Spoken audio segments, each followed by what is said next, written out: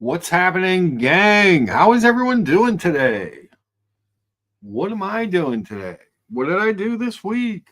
Well, I didn't work, but I did promise to give you guys 3 shows a week, a Sunday and a couple during the week, and I did manage to get that accomplished. Plus, I was a special guest panelist on the Escapement show yesterday morning with Thomas Burnett and the gang. Good show. If you guys don't subscribe to the Escapement show, you should. Always good topics. Nice show. And then it's real drama free, easy going. Thomas does a nice job preparing those shows and giving them a topic, keeping on topic, that kind of thing. So, unlike this crap show, speaking of crap shows, what happened this week? Oh, dear Lord.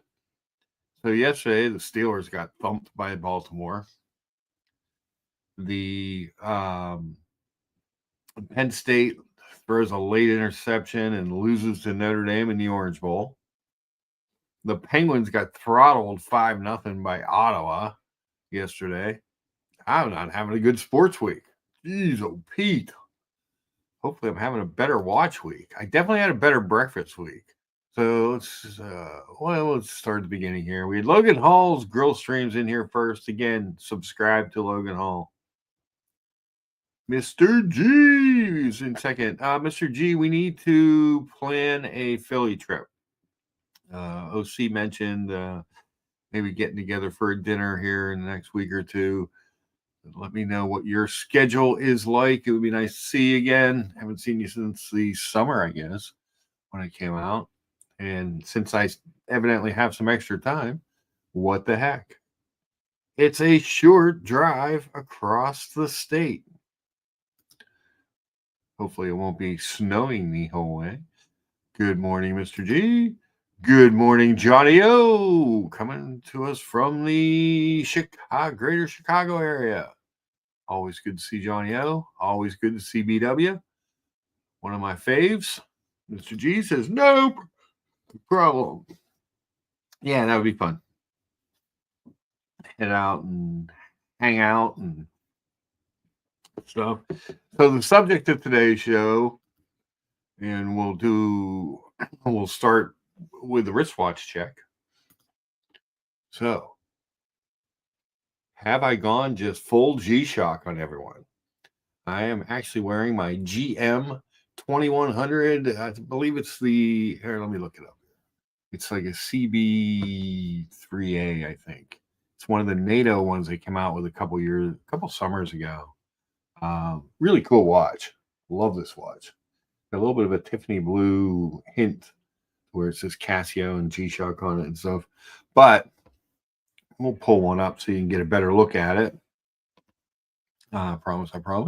On the screen is the breakfast. Oh, we got Jen G in the house. Jen G, good morning. Hope you're feeling good. Everything's going well with the lifestyle changes that you were talking about making, and a little bit to that, you can. So, like when I make things like pancakes, which I made, I mean, I had a little extra batter, so I have one kind of longer, fatter pancake. Waste not, want not, But you can make those with Splenda, but you need to cut back. The Splenda is much sweeter than sugar when you're baking with it. So you need to cut it back a little bit. So basically it was like, flour, baking powder, a little bit of Splenda, a little bit of salt, egg, milk. Didn't have any buttermilk. So those are not buttermilk pancakes, just pancakes, but delicious just the same. Topped off with a little butter. So I use, excuse me, I use just straight maple syrup because on my pancakes, because the sugar-free stuff is just filled with all kinds of crap. I think we talked about that a little bit last week. But and then the pancake syrup, which we had this debate with OC once. I don't know if it was on here or on his channel or the Colony, but the pancake syrup tastes better, but it's really sugary. So for me as a type 1 diabetic, not the best choice. So you can, I actually use maple syrup to sweeten things that I can't sweeten with like an artificial sweetener. because it's less less spiky, if you will. It won't make my sugar spike as much. But a little bit of cranberry on there. Just fluffed up a couple eggs and some sausage to go with it. And it was good stuff. It was good. Yeah. The pancake syrup, like your when you go into the syrup aisle, a regular syrup is just a natural sweetener. It's not as sweet. I don't think it tastes as good, but it's not filled with all that crap, Jen. Uh, so you can sweeten with regular syrup, just straight up maple syrup out of a glass bottle. I guess maybe they serve it in other things, but normally I see it's normally in a glass bottle. I don't know why. I remember when I was a kid and I lived in New England and Western Massachusetts, and we would go up to Vermont and you take the tour and tap the trees and get your own syrup. Good stuff. Good times. But yeah, so that was today's breakfast brought to you by the Pancake Manufacturers of America. Delicious. It's good. I haven't made pancakes in forever. You guys know that I'm not much of a baker because I consider baking to be chemistry or science, and I'm much more, about like artistic kind of stuff. Pancakes a little bit like that too. You got to be careful with your measurements and stuff. And then it's just about cooking them the right way. Good greased pan, medium heat. Cook it until the bubbles start to come up through the center, and you get a tiny little crust on the edge that you can see. Flip it for, I usually just flip them for a minute because I don't like them to dry out in the middle. The bottom one, the bigger one, was a little bit drier. Because I think I cooked that one for 90 seconds on the other side because it was such a giant pancake. But you want to get them. I like them to be kind of big and fluffy. Some people like them flat. It depends on what you like. Those are my pancakes and my scrambled eggs.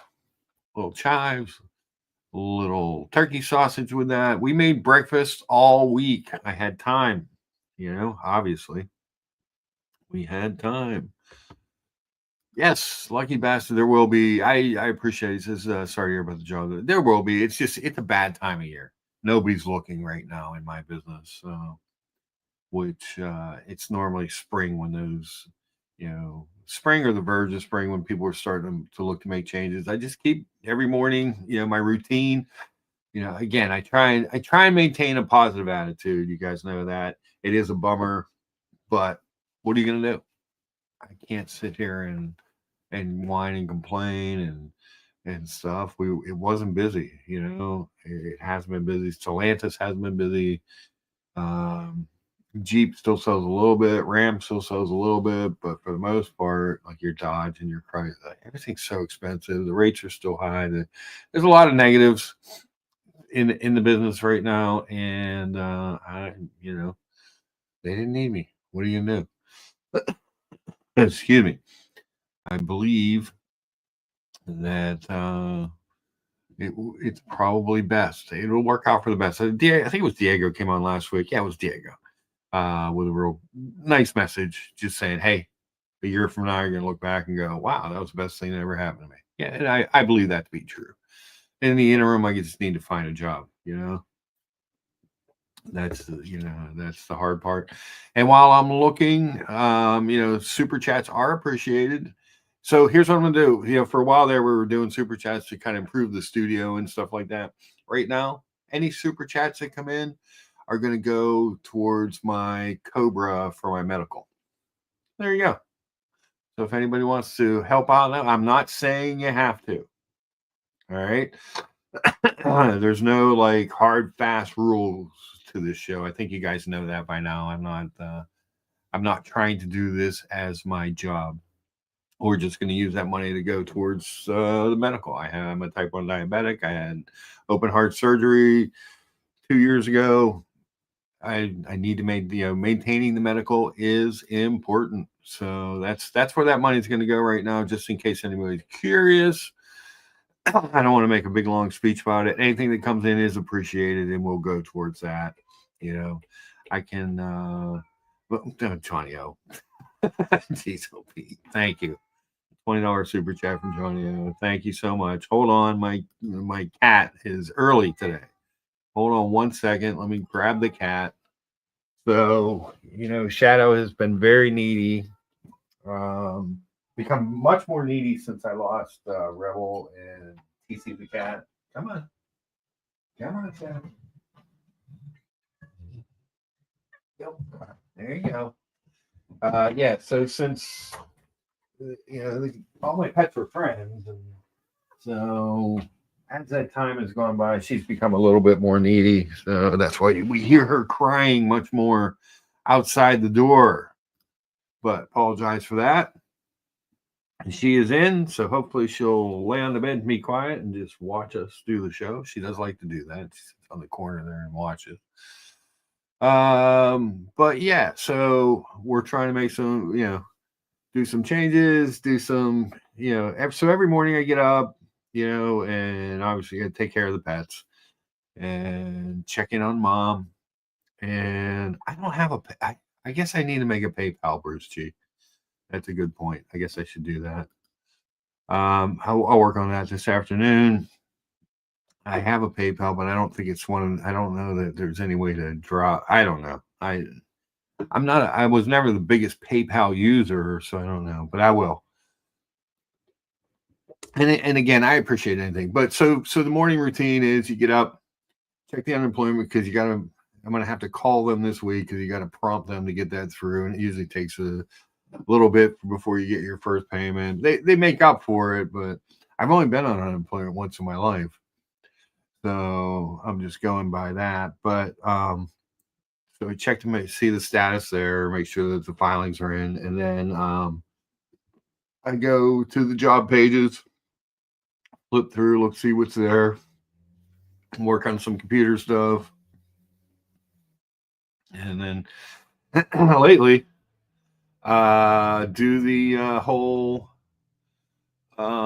shovel the snow thing. I think this is the first morning I haven't gone out, had to clear off the car and shovel the snow in a while. It's supposed to get into the 30s today, which doesn't sound like much. Excuse me, but it's a huge deal because it's been in single digits overnight into the 20s. It's been cold. So, but yeah, just FYI, anything that comes in is going. I'm going to use that money towards my Cobra, so I can keep the medical thing going. They should be sending me this stuff. I think it runs through this month, medicals, so I should be getting something here in the mail from them in a little bit. But I mean, it is what it is. I'm you know me. I'm going to keep the most positive attitude I can, and we'll just. It is what it is. Lucky bastard 9/11, but I do appreciate the sentiment. And if we set up a quick dinner in Philly, please come out. It was if you guys don't know, follow him on Instagram. He's hilarious in person. I mean, just one of the nicest. One of the things that's happened, I know that there are drama streams and hate streams and there's all that kind of stuff, but there are some genuinely nice people whose company I enjoy, that I've met on these streams. There's people I haven't met in person that I enjoy their company on the streams. There's people I've met in person that I just think are like nice people, the shared love of watches is the thing. BW says, I agree that with PayPal, 30% that Google takes is unnecessary. Yeah, we'll get that set up. That's a good point. And again, I'm not here to shill or beg or try and make this my career or anything. I just I know that they're there, and just I like to be transparent and let you guys know what's happening with the money. We were saving towards like a camera and stuff, but then we'll get back to that again. But right now it is what it is. The situation dictates that if I can use, with what I have coming in, what I have, and then what I did. What did I do? Did I do anything? We don't know. I'm wearing a G-Shock, for God's sakes. Did I sell the entire collection? Logan Hall's Grill Streams. No shame in being on unemployment for a genuine, hardworking person like yourself. I know some people poo-poo on it, but the moment you lose your job, get on it no matter what your situation. Yeah. I'd always so the car business had always just been so easy to just go get another job for decades, really. I never really was unemployed for that long. But part of what happened was I had it was like medical unemployment, kind of thing before. So that's where I first got on it. But my goal is to get back to work as soon as possible. It's just the way I was programmed. You know, my dad retired from IBM. He got an early retirement package, and then went. Instead of just sitting around, he went to work on the for the airways. He went to work for US Air, which was still in Pittsburgh at the time. He worked there for a while, and then after that, he retired for a little bit, and he was bored, and he went and worked at Sam's Club for a while. He was working, he was doing like product demos, food demos. And then when the Parkinson's got to where he couldn't do that, he worked the door for a little while. He knew everybody loved my dad. He just we'd go out and people just walk up, just strangers. They didn't even know who they were. They'd be like, "Hey, how are you? How you doing?" We're like, "Who was that?" He's like, the shop at Sam's. But he was just that kind of guy. He was just always out trying to do stuff. My mom worked into her early 70s as the office manager and head paralegal for the adoption unit of Allegheny County's Children, Youth, and Family Division. So she did all the all the paperwork for adoptions and or terminations for ever, until she retired. And she's here now, so I have had some time to kind of help out, make that transition a little bit easier. She can't drive right now. She's got the fractures in her back, and she just had all that heart stuff done. But I drove her over to her good friend's house, who she can't drive right now. It's only 4 or 5 miles, but it's just funny. The two of them, we grew up on the same. We lived near each other. They're her best friend, and there used to be three of them. Unfortunately, Janie passed, but yeah. So took her over there. They went and drank coffee, ate donuts, and whatever they do for 3.5 hours, and they just had the best time. So that was good. So I've been able to get some of that stuff done, which is good. Sherman, the blind double dapple piebald dachshund, is obviously happy to have me around a little more. So there's good things, there's positives in all this. It just, it is what it is right now. But you know what I have had time to do? So not only I've had time, I tried creating this French omelet, and I'll tell you the tastiest one I made was actually this one. It was the worst looking. It one just fell apart. Just fell apart. I did a terrible job rolling this one up, but it was so delicious. With the infamous cheesy potatoes and some bacon and sausage and a latte out of my Nespresso. So fortunately, I grabbed some Nespresso pods with an Amazon gift card I got on the for Christmas. So I've got plenty of those. I made the traditional, I call this a historique American 1921 breakfast, just a traditional American breakfast. Bacon, sausage, egg, potatoes, and toast. And a latte. I get the blonde roast Starbucks pods for my Nespresso machine. They're freaking great. They are freaking great. So I've had a lot of time to cook. I did a lot of this week trying to make a French omelet. I had some success on a couple. Let's see. Penn State lost. This is probably the prettiest one I made. I thought that one came out pretty well. They're not easy to do. There's a lot of skill and technique in doing these. Evan did one on the Colony Channel live once. I was like, God bless you for doing that live. That is not an easy thing to get accomplished.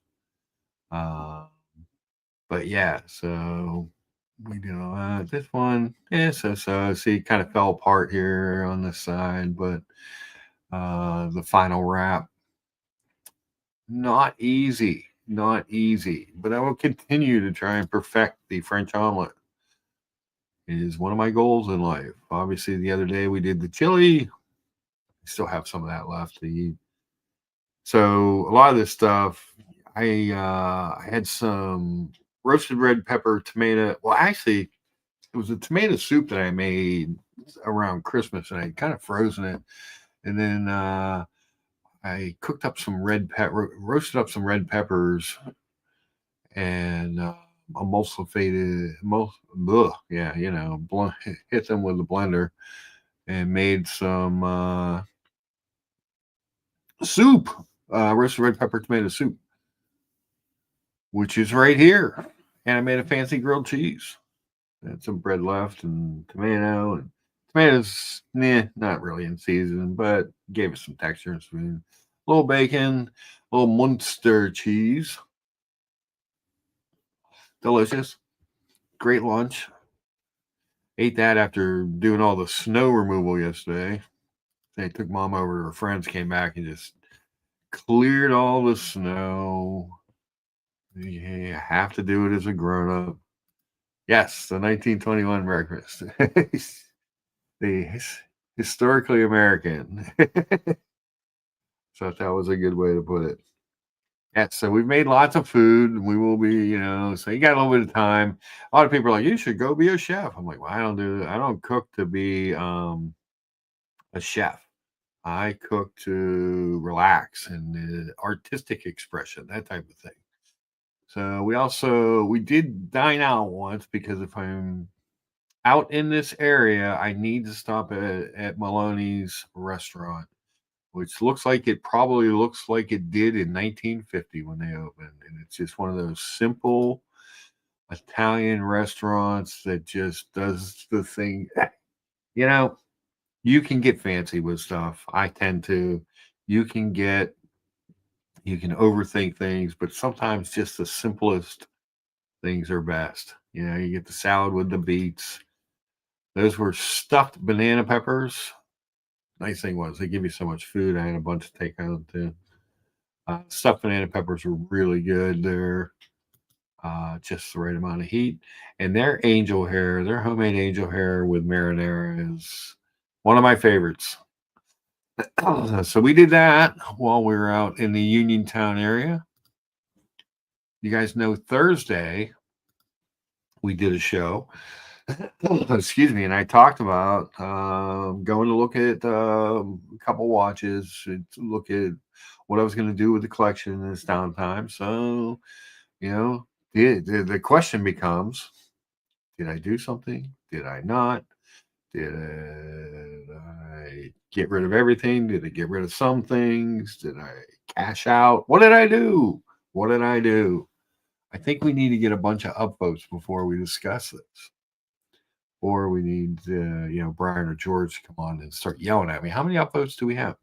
11 upvotes. 2 of those are mine. So 9. We've got 9. We got 18 people in the room and only 9 people have hit the like. I think we need to get 20, 25 upvotes before we discuss further what it is exactly I did. When you see old plastic Coca-Cola cups, it's going. Isn't that true? Orko, isn't that absolutely true? So what he's talking about here, hold on. Let me pull that back up. When you see these old school Coca-Cola cups, see, that place has been around for a while. There's one there. And they just yeah. But it's just simply done. It's just well executed. It's just good. The angel hair melts in your mouth at this place. It's so good. It's so good. Marine Layer's back again. No new watches, Lucha. Cash only. Stop effing around. Oh, he's in the cash only plant. There's a lot of people in the just hold where you're at plant. There's some people do some, others, who knows? What did I do? What did I do? I know. It's a mystery. Hit that like button and we'll discuss. I guess I could do this.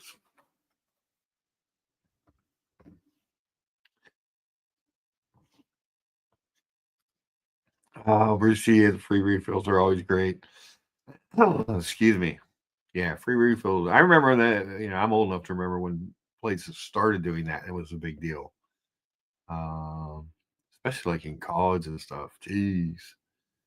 So, all right. So let's do this. Um, these could contain 0, 1, 2, or 3 watches. We have no idea. And I'm not telling till we get to a bunch of folks.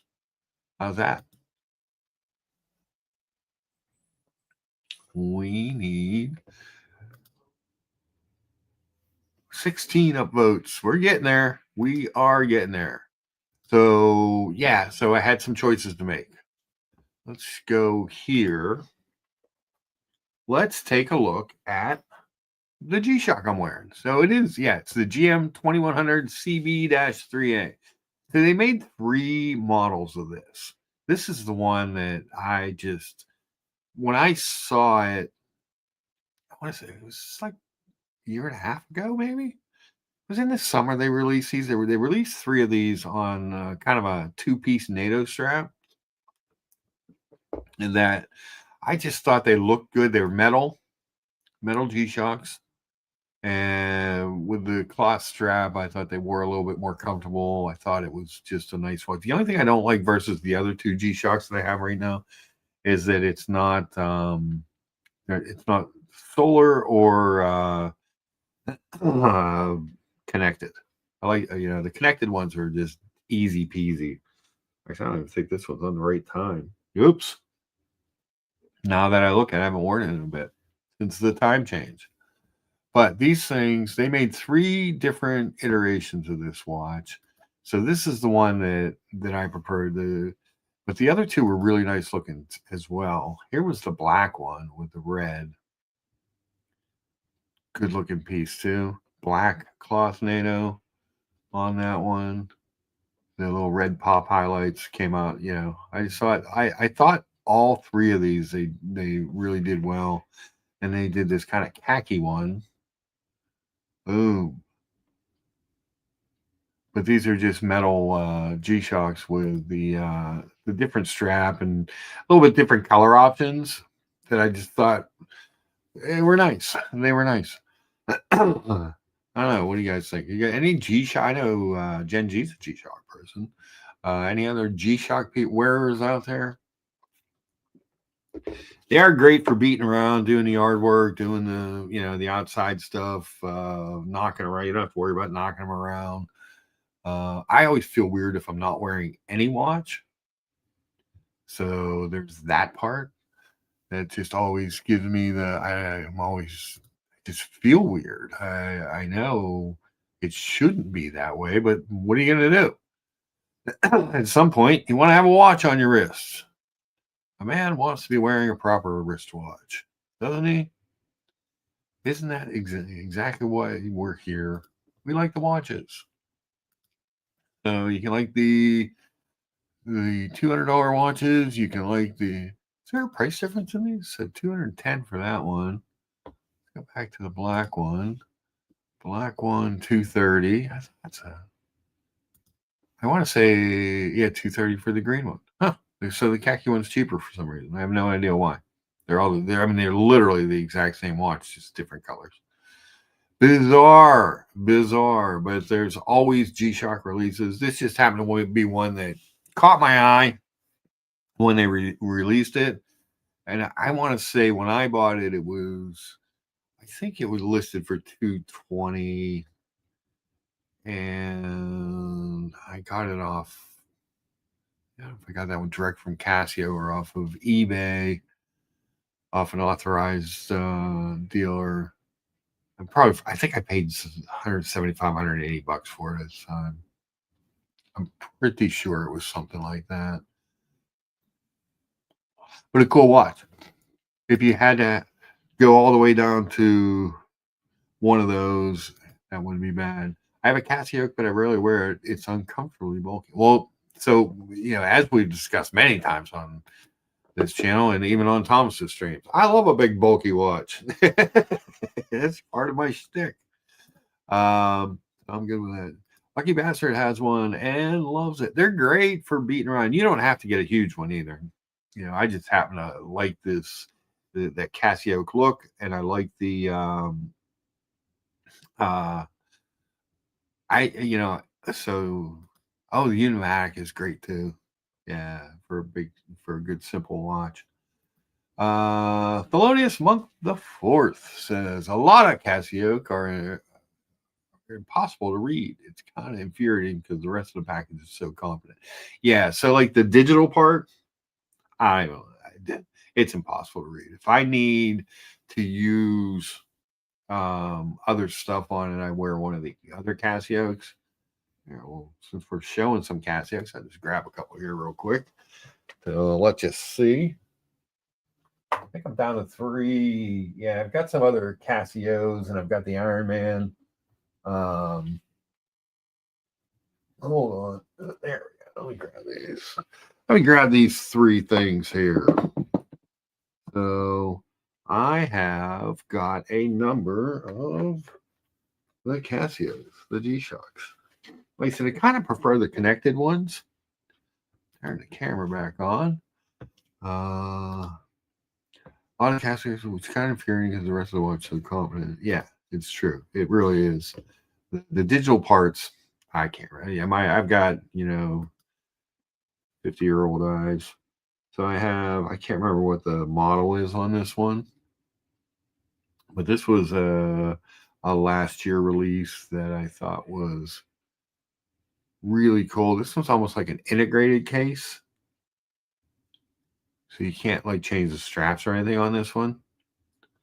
But it was a cool watch. And this one's a connected, which I liked. I've also will wear a lot of times when I'm doing the yard work or stuff, because the easiest one to actually time stuff on and do stuff like that is the Timex Iron Man. This is kind of a throwback to a college, to my college watch days. But just ease of use. The Iron Man is there all day long. And then the big boy. That's right. I've got a big. I believe this is a no digital, and this one is solar and connected. Boom. I can't remember the numbers on these other 2. The 2100s are easy to remember because they're all in that range. But these are great beater around watches. This one's metal. I put this one.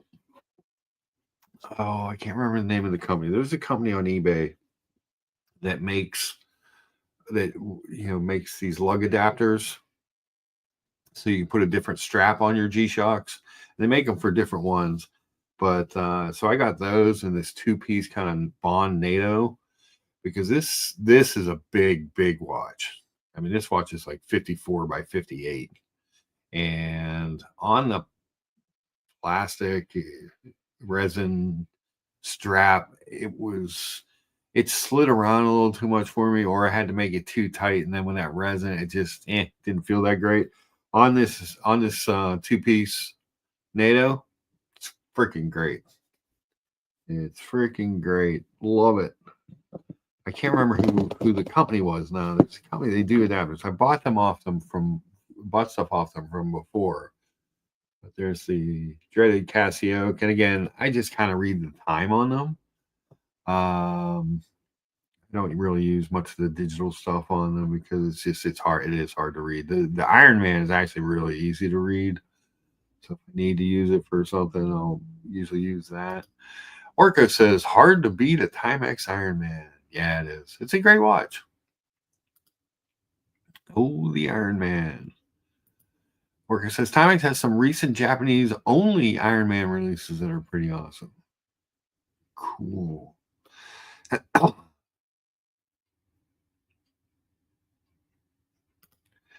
Have the GA. Is that the one? Is that this one? It sounds like that might be the number on this one. I can't remember. I actually got this. I saw it in a jewelry store, in a K Jewelers. I have the GAB 2100 1A. Oh no, that's a Casio. It's 2100. For some reason, they thought it'd be a good idea to match the hands with the dial. That was one of the other things about these issues was that the hands did not match the dials. The Cowan Drinker says Timex Ironman is Jocko approved. Very cool. Where are we at on our upvotes? We do our first on 19 upvotes. We're about. I'd like to get up into the mid 20s before we really get into what I did. So you guys know I left here Thursday, got showered up, went out and made a visit to a local AD and looked at some stuff. And then the question is, did I do anything while I was there? Did I go back Saturday and do something? I don't know. I may have. You don't know. It's hard to say. Do I have any watches left? Do I have one watch left? Do I have 3 watches? What do I have? What did I do? I will tell you that the Marine Layer says cash out, cash only at this time. There were other people said hold the course, or other people that are like do a mixed bag. We were talking about this on Thursday, what I was going to do. It really just kind of depends,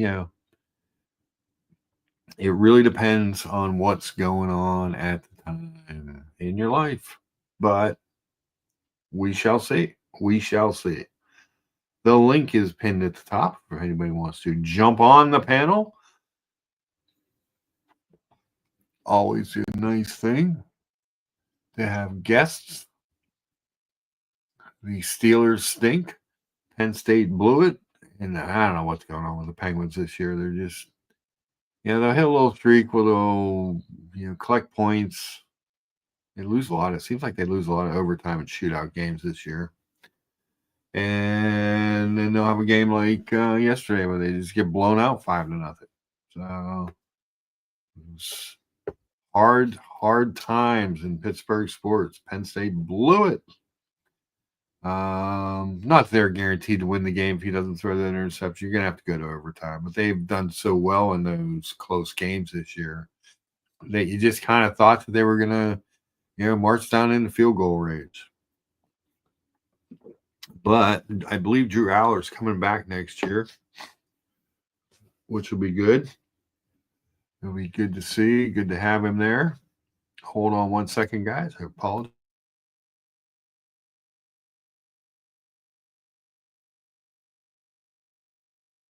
I've been fighting the cold. So I've had like a little lingering meh, trying to fight it off. And I've been kind of successful at it, but, it is what it is. Thelonious Monk says, did you get the Platinum Meteorite 321 Speedy on the bracelet? I feel like we're living in an alternative reality with these 100K new Speedmasters. I know, isn't that crazy? Remember when the Speedmaster was like $4 or $5 grand? It's just a great value for what you were getting. $100,000 platinum watch. Just saw Omega has 3 of the moon watches, the swatches. Yeah, the moon swatches for $59.70. Is that a real website? Because I saw that the other day that came up on my Instagram feed, and it looked like it might have been some kind of alternative universe. Because when I clicked on the page, it didn't bring me to the moon swatches. It brought me to a bunch of fake Omegas. I hate fake watches. I think. It's just bad. Part of the thing is they're getting so good at doing these fake watches that they're fooling people. People lose money.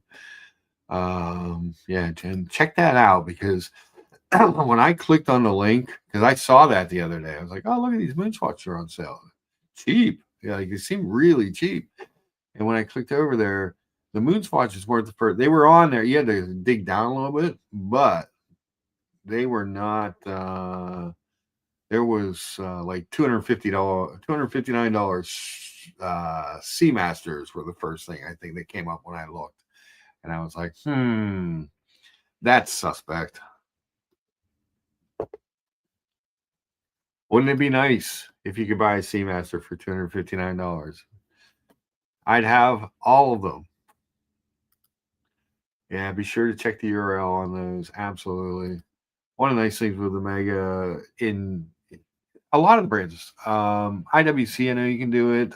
Oris, I think there's some other ones as well that I've done it with. If you buy a secondhand watch, you can go into their site and put in all your stuff, and it'll pull your information up, let you know that the watch, like on Omega, you can pull up all your meta testing and stuff. It should pull up the right watch and stuff. IWC, Oris, JJ Lecoultre was another one. You can upgrade your warranty on there, so you can take it to a lot of those to the 5 or 8 year, whatever they're offering as an extension. Now, like Oris, if you bought a watch off the gray market, it will not pull up in their thing. It will not pull up as sold. So if you bought one for like Watch Max or Joma Shop, you can't extend the warranty. You can only extend the warranty if the watch was originally purchased at an AD. Speaking of when I went out to the watch thing, I looked at a few Oris as well, just because I just really like the brand. I did not buy an Oris, but there's a few of them that I just, I really, really enjoy. They had that Coulson. I think we talked about this Coulson. With the fires in Los Angeles, you see these Coulson aircraft battling the flames with them, that they so she says, okay, just check that info was incorrect. So are they the 5970s incorrect, or I was incorrect, Jen? Oh, okay. So that is that thing. Okay. They got me the other day because I was like, damn, are they having a sale? Because it looks like an Omega ad. And it looks official. And then like I said, when I went on there, I was just like, they got me to come over to their site. Good morning, Billy. Good to see you. We're down to 16. We had a whole bunch of people watching, almost 30. We're down to 16. What is going on in the world? What is happening to our audience? We need to get some upvotes so that we can discuss what I did or didn't do this weekend.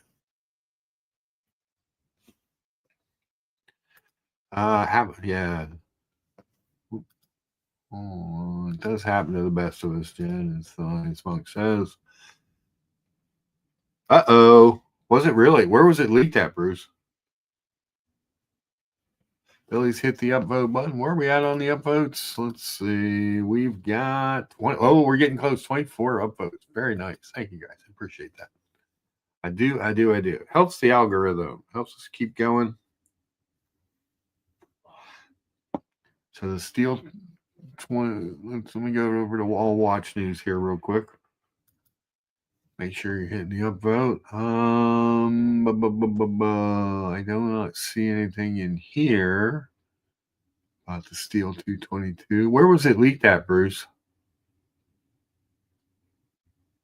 Nobody's written an article on it that would have hit All Watch News that I've seen as I scroll through all the stuff. So, yeah, I don't see anything on there. That was something we talked about on Thomas's show yesterday, whether they were going to actually do it. That would be cool. I'm going to go see what I can find on the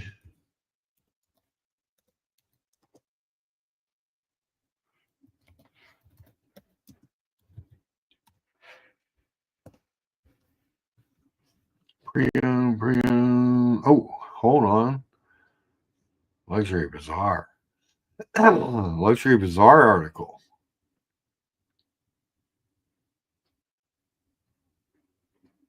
Let's see. That's the only one I see. It's the only article I see anyway.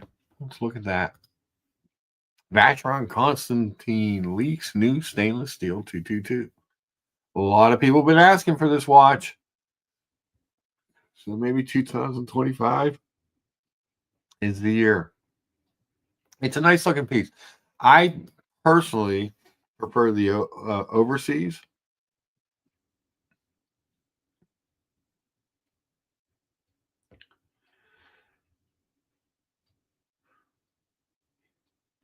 I'm not sure. Let's see. Let's see. We'll catch up with the chat here real quick. Dan Katz was at Miami Watch Antique Show.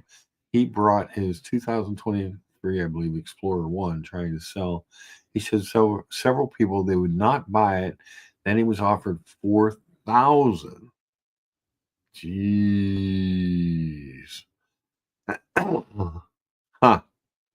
Interesting. Well, that's that's going to be one of those watches. It's so your low end watches are going to get hit for. So your mid watches are the most insulated.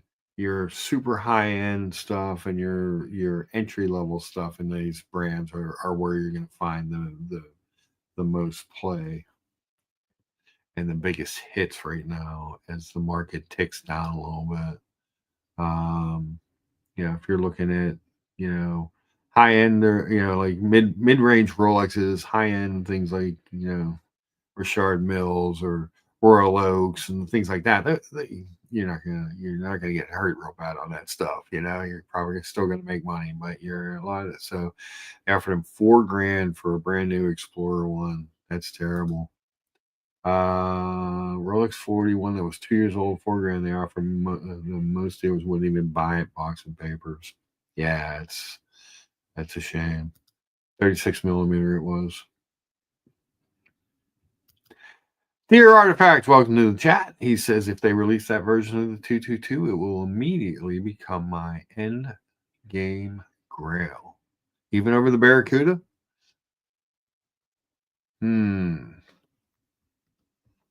It's a nice watch. 1916 company told them they wasn't buying any watches at this point. This time only on consignment. Wow. Well, there's a glut of watches. There is a glut of watches. You have to find your spots for that kind of stuff. Can you guys hear me? I got a weird message. I got one of those weird messages came up that said that my audio was not working. Let me hit into the settings. And audio. Yeah, it seems to be working on here. So hopefully it's working. Okay, cool.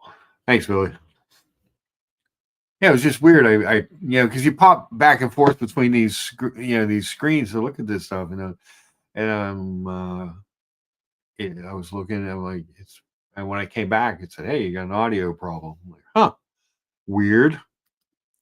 The artifact says it's still add the Barracuda at some point, but this would be the watch I would want to add from the Holy Trinity. And yes, we hear you fine. Thank you, guys. Let's go through the article here a little. Let's see. How do you feel about the price at $35K? Do you think it cut off a lot of AP and PP sales? It could have. Let's go. Let's take a quick look at the article. I'm an overseas guy. I really like the overseas. The 222 I don't hate, but I prefer the overseas in blue. So it looks like 37 millimeter case diameter. See, I'm out already. 7.9 thick, 50 meters of water resistance, 40 hours of power reserve, and an MSRP around $35,000. Interesting. Looks like being made out of stainless steel is the only real change in the dial color. So the 222 is a historic watch. Introduced in 1977 to commemorate the brand's 222nd anniversary. We did the anniversary show on the Thomas's Escapement show yesterday. We did not cover 222-year anniversary watches. Reissued in 2022, first in yellow gold as part of the Historique collection. Modern 222s are so aesthetically similar to the originals, it's hard to tell them apart at a glance. Here's a picture of the original 222. No, you can't make it big. So that's the original 222 there on the screen. It's cool. I mean, the bracelet's kind of cool. The bezel turn is cool.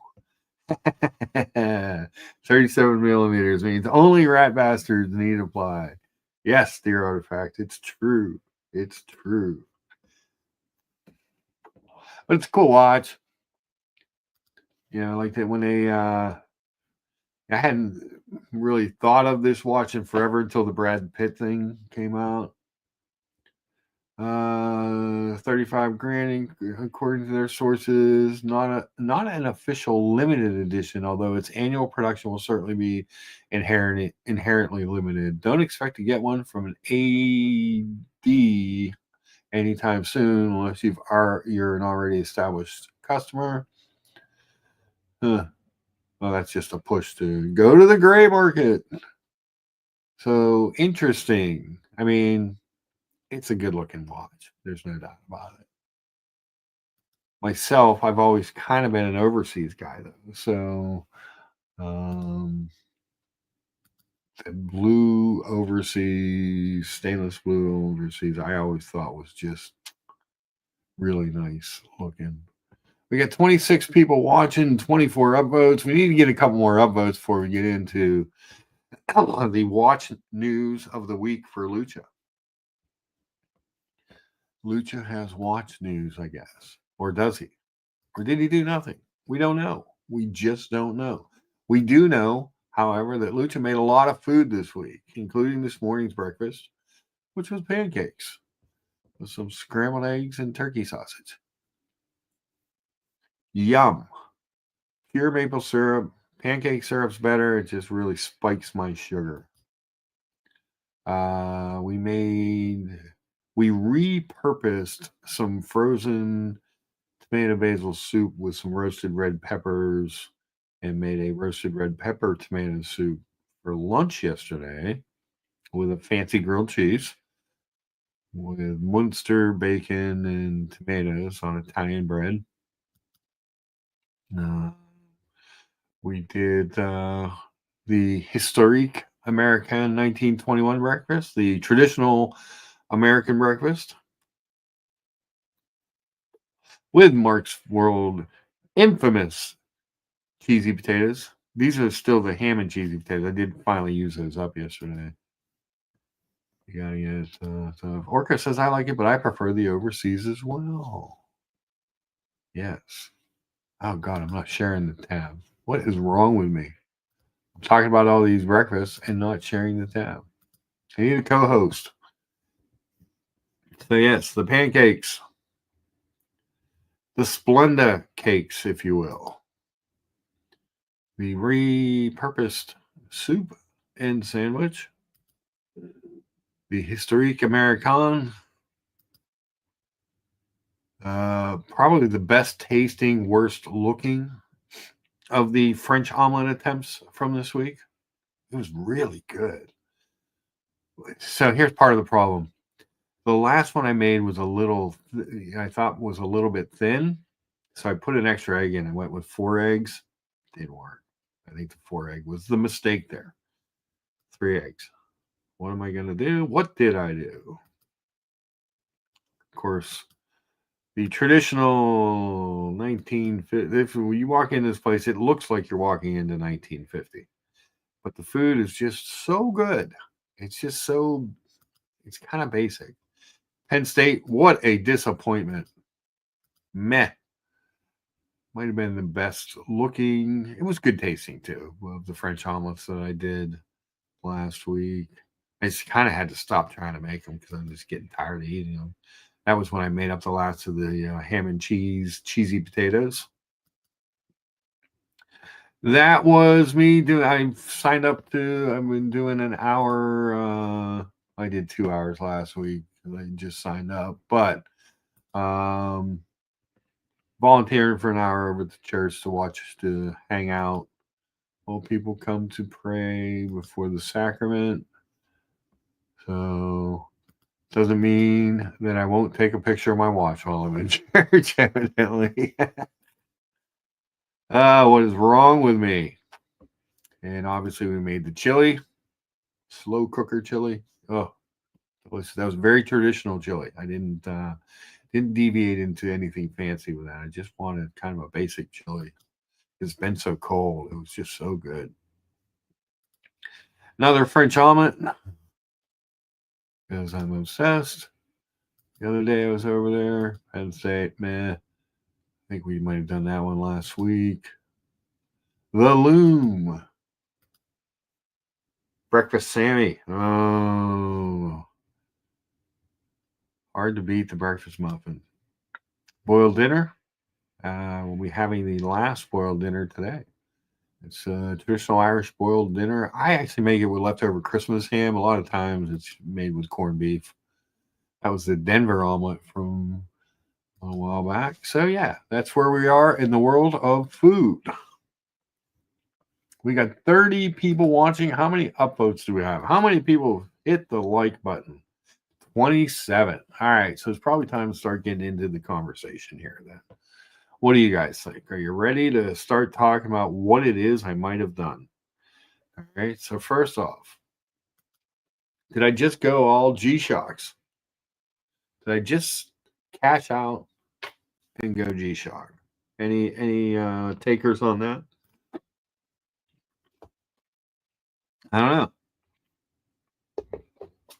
I've got a number of them. A man could do worse than have a G-Shock, you know? What did Lucha do? Any guesses? Get 27 upvotes. It'd be nice to get to 30. 30 is always a great number. We like to have 30 upvotes. So while no one is guessing, I'm going to go back over to All Watch News here for a minute, see if there's anything in the happening while we're waiting for participation trophies to be given out for people participating in the chat. 9 best digital watches from $20 to $5,000. Collecting journey. 6 picks for your first luxury watch. Let's take a look at that. That's kind of an interesting article title. 6 picks for your first luxury watch. Looks like they have some criteria: price, job and daily habits, complications, and aesthetics. Guess it would go for anyone. Would need looking at it. Orko says, did you sell the creamsicle? I don't know. Did I? Did I? Is the question. Do I have anything left? Do I have one left, 2 left, 3 left? What did I do? All right. So these guys put for time only the Black Bay 54. Time only watch, no date, very small watch. Loved by the community. Does have the T-Fit clasp. Then they have a GMT, the Grand Seiko, SGBM 003 or SBGM 221. This is a lot of Grand Seiko people love this watch. Big fan. Marine Lair again says cash only. He is a big proponent of me cashing out. I'm saying you offload the creamsicle and got the Aquaterra.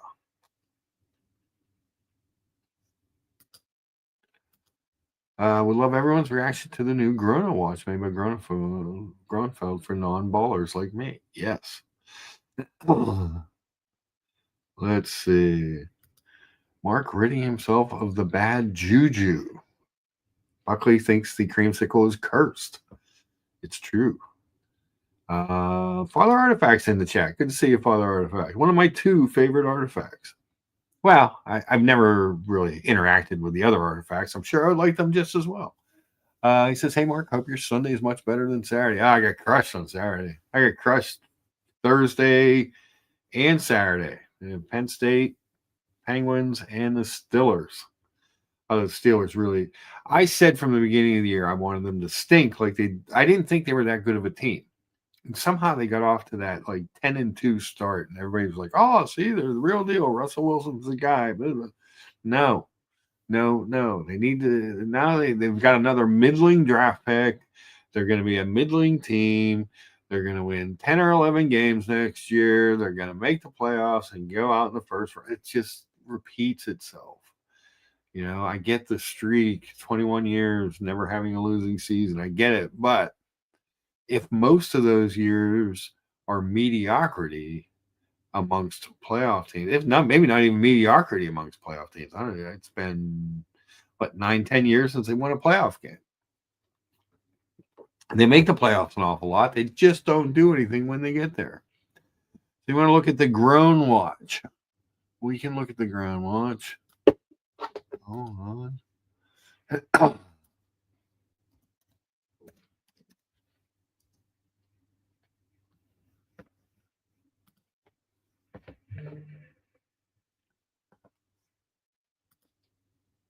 Let's share this tab. Boom. Look at these guys. So this is the accessible Gronefeld, if you will. So this is like their Mad 1, if you will, but not quite as crazy. Now, I will tell you, an esteemed member of it's a beautiful watch. I really think it's gorgeous for what it is.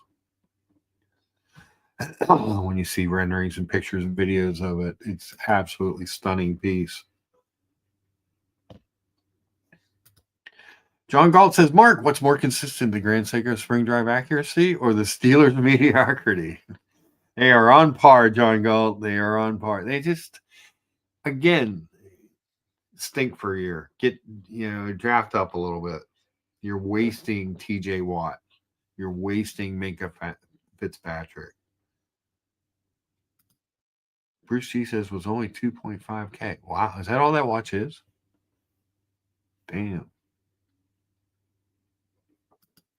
Orca says Russell Wilson has never been able to shake off that pick he threw at the end of the Super Bowl 49. Yeah. That was bad. They should have run the ball. All right, let's see. Corona Manuel 1.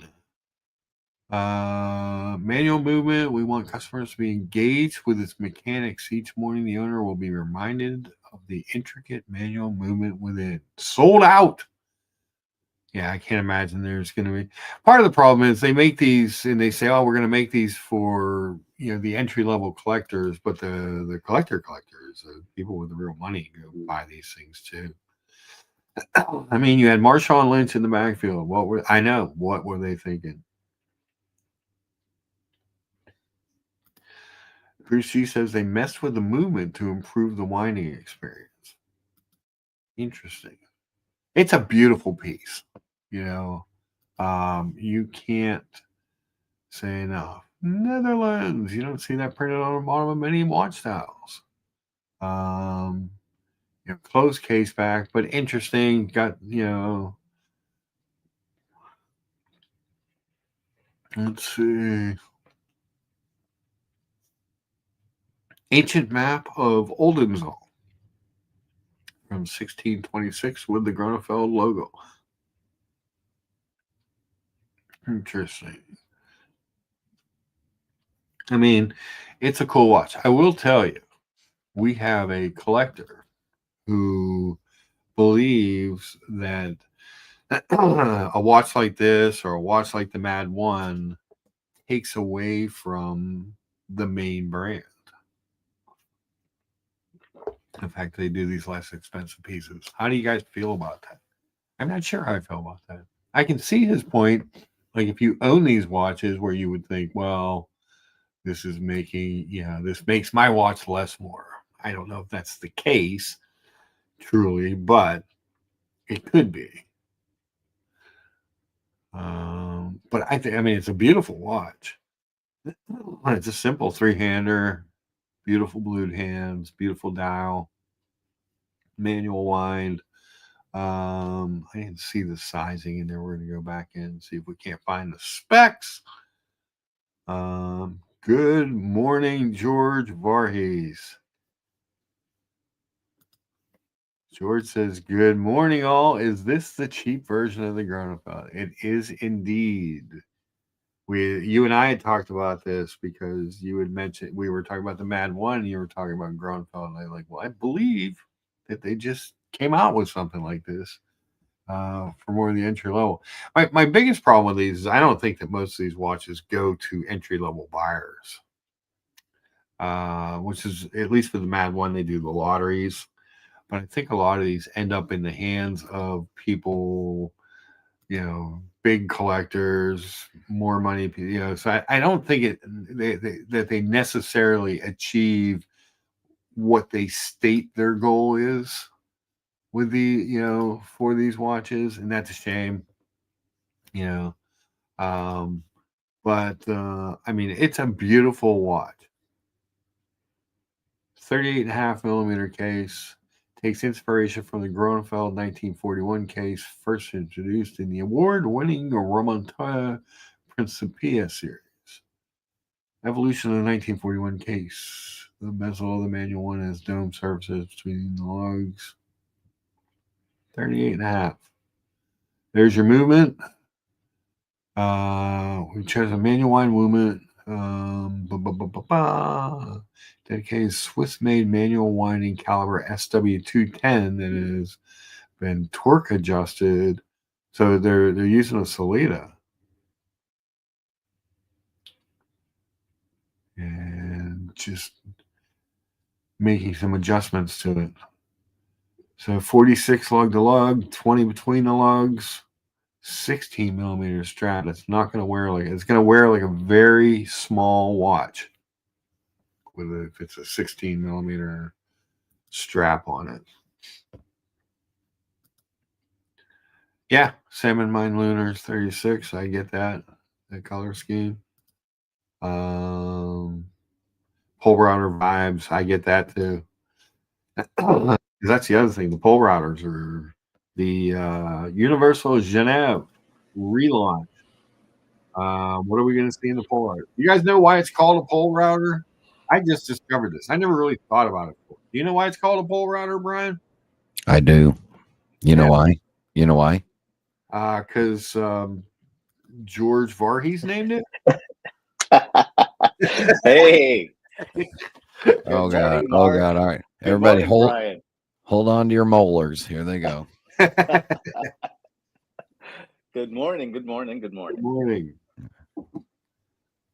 Hey, George, I'm here to proclaim my love for you because I heard on another stream you got called out a little bit. So fuck them. I love you. Who called I you? did? Who called me? I didn't hear about it. Oh, it was one of the I was late at night, going across some of the oddball streams. I was like, oh God, really? They're getting that desperate? They're digging that deep? Great. Oh well, life happens. Yeah. What are you gonna do? Yeah. At least I'm still relevant. Well, I don't think you're relevant. I think they were just digging so deep they got to your name finally. Oh, good. Dig and dig and dig. Well, what do you do? What do you do? Yeah. All right. So, Brian. Yeah. I want to get your opinion on this watch first. Then we're going to go to George because I know kind of George's take on it. Not necessarily on the watch, but on the reasoning behind it. But I'm curious what you think about this watch and brands doing something, like a very expensive brand doing something like this with a modified Salida movement. Yeah, so it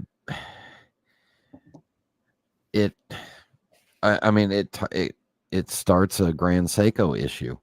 Okay.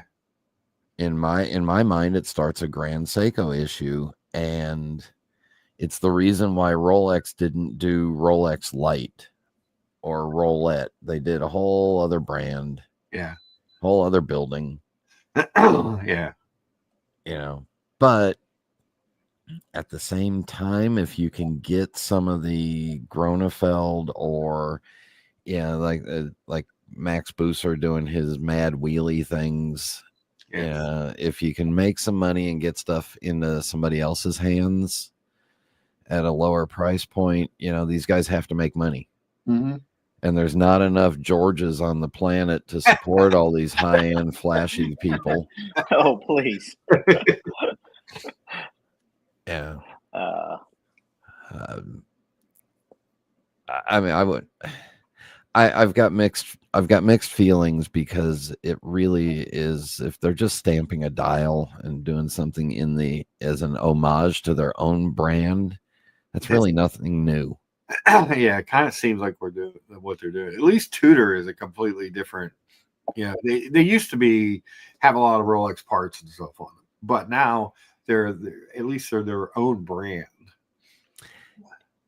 Yeah, I kind of like what I like what Kari Voutilainen's done and is going to do with Urban Jorgensen.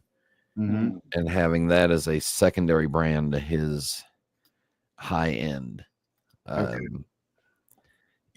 But then you have to make sure that the brands don't, cannibalize each other too much. Yeah. And it's kind of like AP did the Code 1159 as a secondary brand of their. Oh, shit, I'm sorry. George, the way I look at all this, Brian, Mark, is very simple. I remember back in the day, because my parents were immigrants, right, to this country, and they've always looked to the Mercedes-Benz as like a status symbol. Yeah. They always envisioned an E-class Mercedes as like the definition of somebody who's like worked hard, saved money, and and they get a gift for themselves. Yeah. As soon as the Mercedes started to make the C class, right, and then they made these god awful coupes. I don't know if you remember those, Mark. Oh yeah, And, version. yeah, it just kind of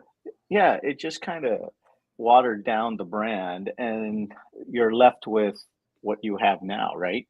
So in the same breath, I've always associated with like MB&F is like supposed to be Max Booster's creation, and I don't think a $4,000 or $2,000 spinning wheel on your wrist is the best that Max Booster can do, and that's what I think, in my opinion. And it just kind of waters the brand down.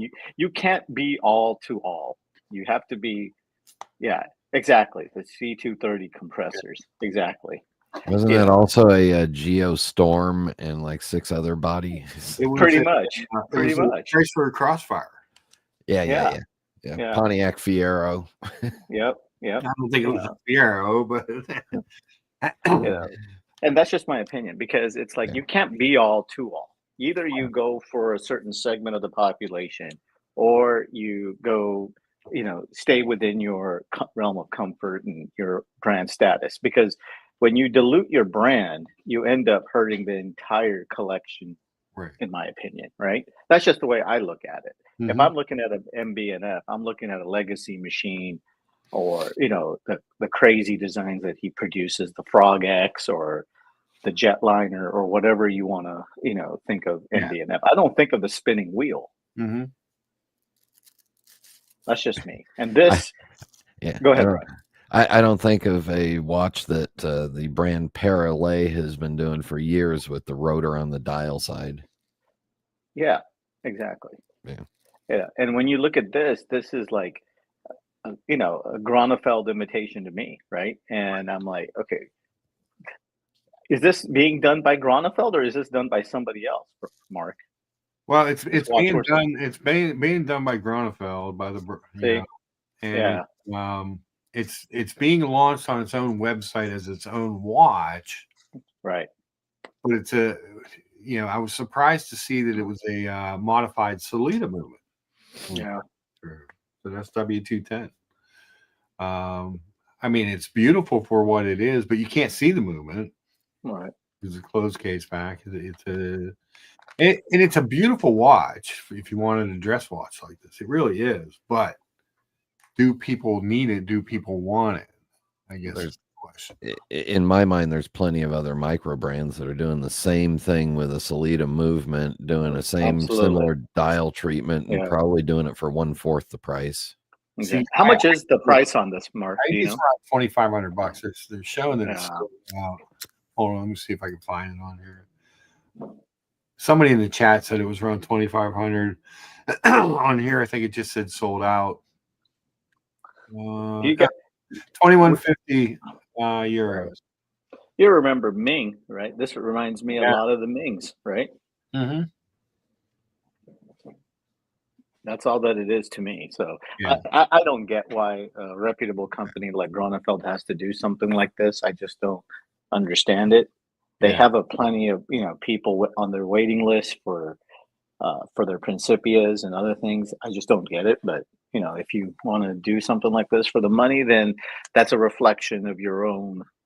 Maybe they're having financial issues. Maybe I don't get it. I just don't. Yeah. So.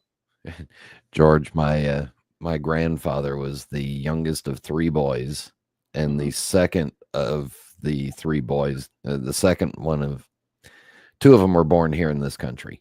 One was born in Route, so he was born 2 years after his mother and father came to this country. And my grandfather's thing was, after surviving the Great Depression, losing a business because he got drafted into World War II and everything, his thing was he wanted to buy a Cadillac, and he always liked having about $300 cash in his pocket because that made him feel like he'd made it. Exactly. Yep. Yeah. He had the biggest Cadillac you'd ever see, the 4-door Coupe de Ville with the big. Oh, yeah. I mean, you could stack 6 bodies in the trunk. Yeah. Perfect.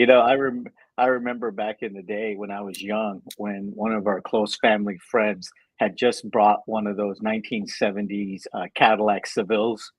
All the kids would just, like, when he would roll up, would just run towards it and just kind of like look at it, and we just gawk and look at it. It was just I used to ride on it had a split fold down front armrest. Oh yeah. Yes. Yeah. I used to ride as a 3 or 4-year-old sitting on the split fold down armrest with no seatbelt. Yep. So let me ask you guys this, since we're on the subject of what this does to the brand. You brought up Grand Seiko. Now, Grand Seiko is a way of Seiko going more upmarket. Is that different? So, like, if a company says, you know what, we're going to make a line of watches, we're going to have our Seikos, but we would like to do more and make more of a luxury product, and name it Grand Seiko. And good morning, Boston Collector. Good to see you. But is that different? It's the same thing as Toyota and Honda going upscale, and they didn't go with Grand Toyota or Super Honda. Right. Name. They went with a whole other name. Yep. That's right. Yep. Yeah. Absolutely. They freaking have Creedor. Right. And Creedor's got credit, it's got name, it's got cachet to it. Instead they're jacking around with Grand Seiko. I hate the name. We know that. I've always been a proponent of hating the Grand Seiko name. I think that especially they used to dual brand them. They would say Grand Seiko and Seiko on the dial. Yeah. But I think in someone who's not a watch collector or a watch enthusiast's eyes, when they see a Grand Seiko, I think it diminishes what you're wearing to them, because they equate it with Seiko. Yeah. Yeah. No, they should have. There should be a strong designation. Yeah. Yeah.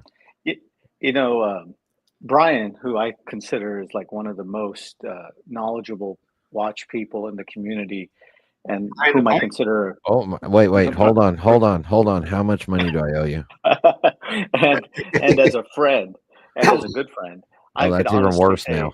oh, come on. And I've never seen him buy any of these kind of homage pieces. Yeah. No. I've never seen him. I don't think, as far as I know, in his collection, I don't think he owns a Grand Seiko. He doesn't own an MB&F, the spinning wheel or whatever you call that, No. or any of these kind of homage pieces. So, and Brian is a very shrewd and intelligent collector in this. So Again, if he thought, our if he- Oh, George, Yeah. slow down. George, slow down. Some people have just had breakfast. and some people just had dinner too, I think.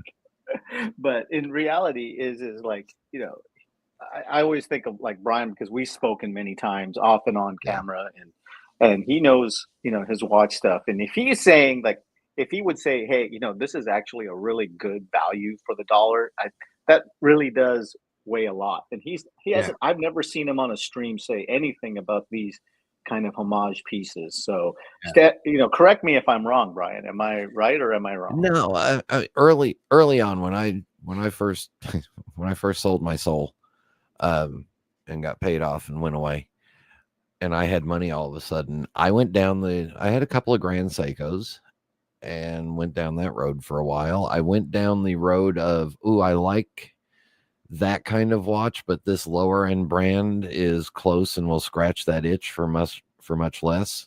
The problem is it only scratches that itch temporarily, and you end up blowing money on stuff that you can't get back out because you're trying to scratch that itch on that thing. Okay. Well, Buckley says perhaps the brands need a quick sell to stay above water. How many people are buying Corona from the AD? Seriously. No, I think when I last spoke with Cellini, I believe they told me there is a wait list for Gronefeld. Yeah. There's a huge wait list. And so, at least for the Principia line, all their chronographs and all that, those have all sold out. But I just think it's a situation where, as Thomas says, I've always said it's probably something to do with their business and finances more than anything else. Yeah, because he says that they're likely using 2K watches for cash flow to help continue to build their primary watch businesses. They're not homage pieces, just right. They probably outsourced everything, don't you think, Brian, to some maker and just said make 1,000 of these, and that's what I think. Yeah, well, they did what everybody used to do, which is go to a dial manufacturer, go to a case maker, buy all the stuff, have it quickly assembled, and then put their own style hands on it. Right. That would be my guess. Yeah. I don't think it's a cash flow thing because when you look at the size of their business on their premium, on their normal stuff, if they'd have to do a lot of these in order to alter their cash flow, really. I mean, George, it's like, let's put it into terms that Mark used to understand. Jeep wants to subsidize their revenue, so they come out with a limited edition skateboard. Yeah. And they sell 100,000 of them. That doesn't even, doesn't move the needle on their normal sales volumes. Yeah. But if I could teach my blind dog to ride a skateboard, I would be a YouTube sensation. Yes, you would. Especially if Sherman was biting the cat's tail while being pulled on the skateboard. It would be great. It would be great. This is all stuff that I looked at in the tobacco industry several times, because did you want to come out with a cheaper version of your primary brand, maybe get into a different price segment, or did you want to come out with a whole separate brand? Okay. And every time we had this argument, we looked at, listen, the cost of the tobacco in the package is really minimal. It's the marketing that is the difference in the, so if you go into cheap stuff, you got to go into cheap packaging. And do you want to put your primary brand on a cheap package? And the answer is no. Makes sense. Yeah. Makes sense. Hey, we got 35 upvotes, so I need to do this. I'm going to show you something. Oh, please, Lord, don't let it be another IWC. Yeah, this is still here. The Longines is still here. That's a start. So there you go. So Longines still in the collection. Love this watch. Yeah. Could it be the only watch I have? This and some other shitters. What do you think I did, Brian? I don't care. You probably did. You probably did something with the Swatch group, and I'll be pissed about it. Well, maybe I got an IWC and I wanted to make George pissed instead. Oh. You never know. George, what happened to my Steelers? Oh, what happened to the Chargers yesterday? Oh my God, they got throttled. Oh my God. And the Texans hadn't looked that good coming down No. the stretch. I was really surprised.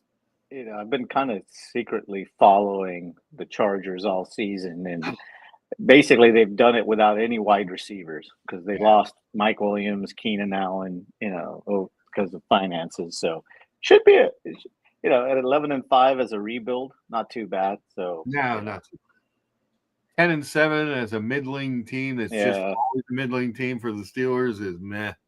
But you know what though? But you know what though, Mark? I'd rather have at least they make the playoffs. They're not one of those teams that you have fan bases that are always rebuilding. You know what I'm saying? Yeah, no, I get that. I would like a rebuilding year. I just want one. Yeah. You don't need to have a rebuilding year. You just need to have a good retooling year. I need 1 year where we stink and we get good draft picks. Well, if you just have like one quarterback, you're just one quarterback away, right? Yeah. Well, we have 3 terrible quarterbacks. Yeah, that's the problem. Yeah. Tribble, the 49ers did not have a good year. No. I think it's just, like I said, it's just a lot of cap hurt. What are they going to do with Purdy? Well, I have some, I follow some, I subscribe to some channels that have NorCal sports on there, and they're talking about like, should he take 45 million or should he take or would his agent go to 65 million? Because based on Tua's salary and based on Prescott's salary is about 60 million, and he's never done anything. At least Purdy's taken them to the Super Bowl, right? And to the conference championship. So he can play hardball and say 60 to 65, or he'll probably end up getting about 55. Yeah. And you think pretty much they're tied. You think they keep him, or do they? I mean, I don't know who else is out there. Justin Fields and Russell Wilson. I'll trade them. Yeah, exactly. Yeah. Cam Newton's available. Yeah. And so is RG3, if you remember him, right? Oh yeah. Boston Collector said these pieces are marketing and getting their name out there. Really, the first to do it was, I'm going to butcher this, Hajime Asaoka with the Corona Tokyo. He made a different brand. His idea was an everyday wear watch. Isn't that what how Tudor came about? Yeah. Really, realistically, let's make a different brand that's accessible to more people. That's why the Swatch Group is so successful, is because they have a watch brand in each price point. Yeah. I mean, literally $5 apart all the way up the rung, Oh, breaking news. Mike Vrabel is going to be the head coach of the Patriots. Oh, did they announce that? Yeah. I just got that over my news. That's a good hire, actually. It's a homecoming. Vrabel returns to Pats as new head coach. So I don't know if that's the best fit for him, but it makes sense. Yeah. I like Mike Vrabel. He was a Steeler for a while before he went to New England. I liked him when he was a Steeler. I was bummed when they didn't re-sign him or whatever, and he left for New England because he was one of those kind of blood and guts guys, Mm-hmm. Yep. And you want to hear something funny? I have a friend of mine, and he's a big-time Charger fan. And after the game, he said, wouldn't it be kind of interesting if the Chargers decided to trade Herbert for J.J. McCarthy? Ooh. Because of the salary situation with Herbert. And he's proven he can't seem to do anything in the playoffs. So you think Harbaugh would say it's time to get rid of him and move on? and get a quarterback who's like on a rookie contract for the next two. You got him for another 2 or 3 years more in the rookie contract, right? Mm-hmm. 100%. Just saying. Thelonious Monk says, I'd assume the end goal for some of the brands like Grona is to do almost like a pricing reset and then slowly creep back up. And then Treble says, I like some Corona Tokyo, bit small though.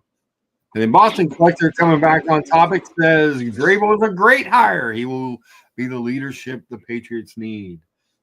I thought he got the bums rush. I don't know why Tennessee got rid of him. I mean, he did a lot with a little in Tennessee. Derrick Henry hadn't done much before him and Arthur Smith. Tannehill was, he flunked out of the Dolphins. I thought that he did create a culture and got the most out of those teams. Got to a couple of AFC championship games. So it'll be interesting to see what he does with the Pats, who have a lot of cap space this year, too. And you get to find out if Drake May is the guy. Well, who knows? It's hard to tell, because, the NFL, you could be great one year and be crap the next. So who knows? Ooh, so Treble, like, I have a football question that I've always wondered. How do people feel when their team goes to another city? Do they still follow them? Not I can answer that. Because as a kid, I grew up with the LA Rams, and those were the times when we had Eric Dickerson, Jim Everett, John Robinson, and we used to go to the games on Sunday at the old Anaheim Stadium, and then they moved to St. Louis, and I absolutely, stopped following it. I'm sure you remember Giorgio Frontieri, right, Mark? Yep. She killed her husband. Yeah. Consider it a mercy killing. Yeah. Yeah, he had a heart attack. Woke up one morning, looked and saw how ugly she was, and died. Yikes! Yeah. And after they went to St. Louis, it was like I never really followed them. A lot of us just became 49er fans just because in Southern California. I don't know if you were there at the time, Brian, or not, but all we got were 49er games. Yeah. So all of us became Niner fans.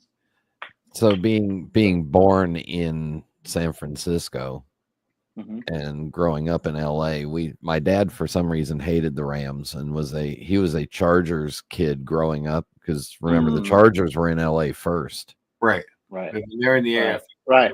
Yeah. And then the Rams came, and then the Chargers left. So he must have hated the Rams for chasing the Chargers out. Well, the Rams started. Yeah. Well, I don't know if they started in LA, but the Rams were like one of the original West Coast teams. They came. They came originally from Cleveland, I think. Yeah, possibly. Yeah. But they were. They didn't chase the Chargers. The Rams were around before the AFL. Right. So they didn't chase them away. But St. Louis had 2 football teams, right, Mark? Yeah, the St. Louis had the Cardinals too, right? And then the Rams. Yeah. And the Cardinals, I think, were originally the Chicago Cardinals. I think Chicago originally had 2 teams. Right. Well, then the Cardinals went to Arizona, left St. Louis without a team, so the Rams went there. Yeah, exactly. Yeah. To answer the question, really, nowadays with free agency, who the hell cares? Because the team, the entire team changes over except for 3 key players every week. Yeah, certain truth. And all right, so Buckley says the Principia is 37K euro retail. Looks like European in 1916 selling one at 34. That's a buy price of 22. They will not be waitlisted for long. Sorry to be that guy. Ooh. Yeah, the Principia has been taking a price hit. Yes. Yeah. Al D reminds us that we have one wrench, that's America, and doesn't he know that with great power comes great responsibility? Thank you, Spider-Man. And then Buckley follows up by saying the 1916 is stop buying. Oh boy, still waiting for Billy to confirm Apparently, Daniel can't sell his Explorer 4 or 36. Is it 36 or 40?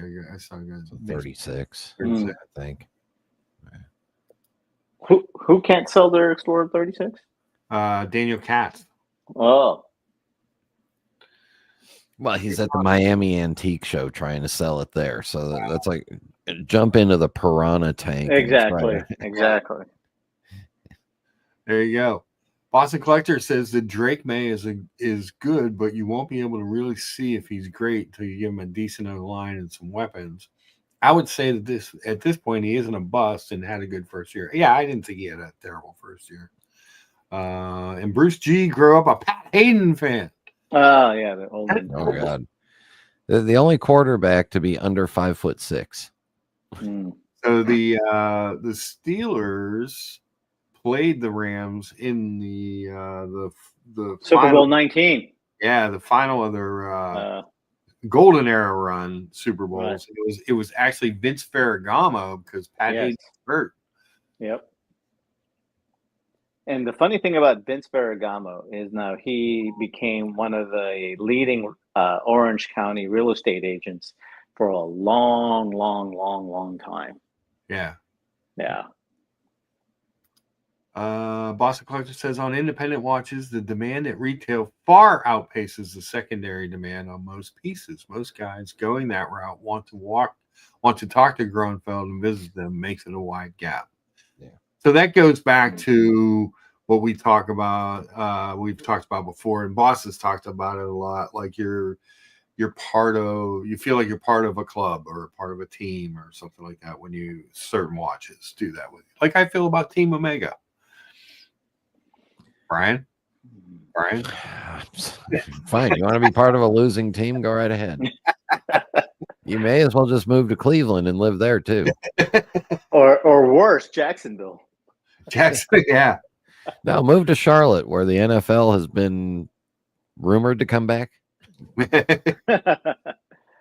Oh, hey, and for this message is for Kyle. Last night I watched the LA Kings Calgary Flames game. Just an FYI, yeah. It was a high scoring game. It was 2-1.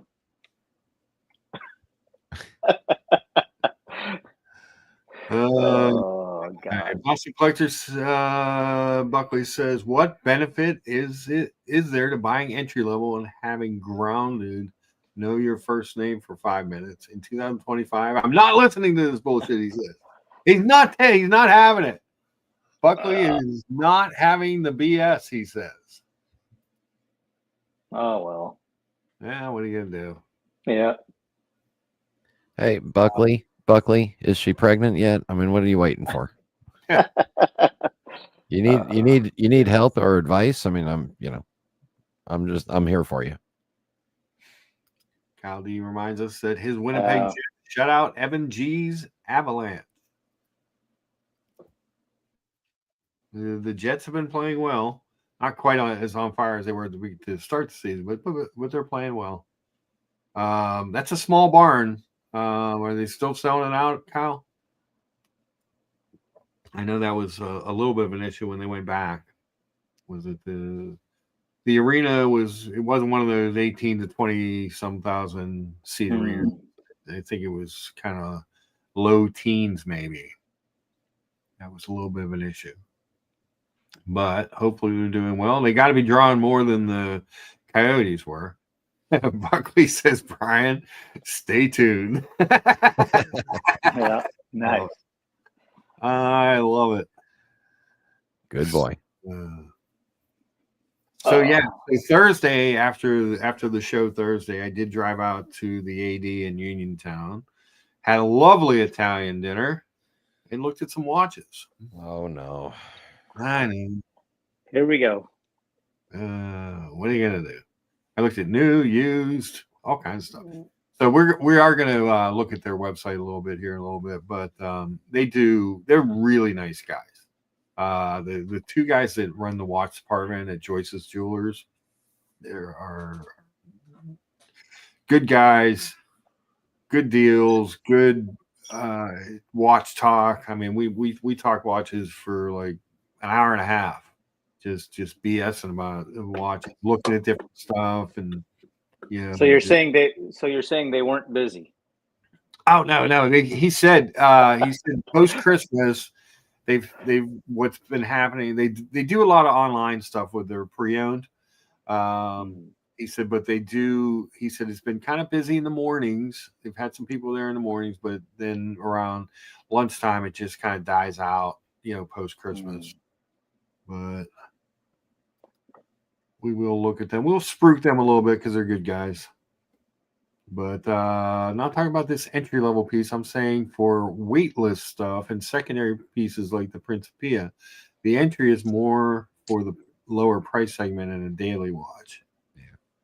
Hey, before I forget, I just wanted to try to reach out to Sean, and I hope Pasha, I hope him and his family are doing okay out there. It's terrible.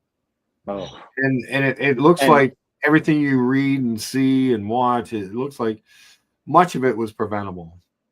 Oh, yeah, and I think it's coming down into Brentwood, and now we're really talking a lot of money and expensive real estate now.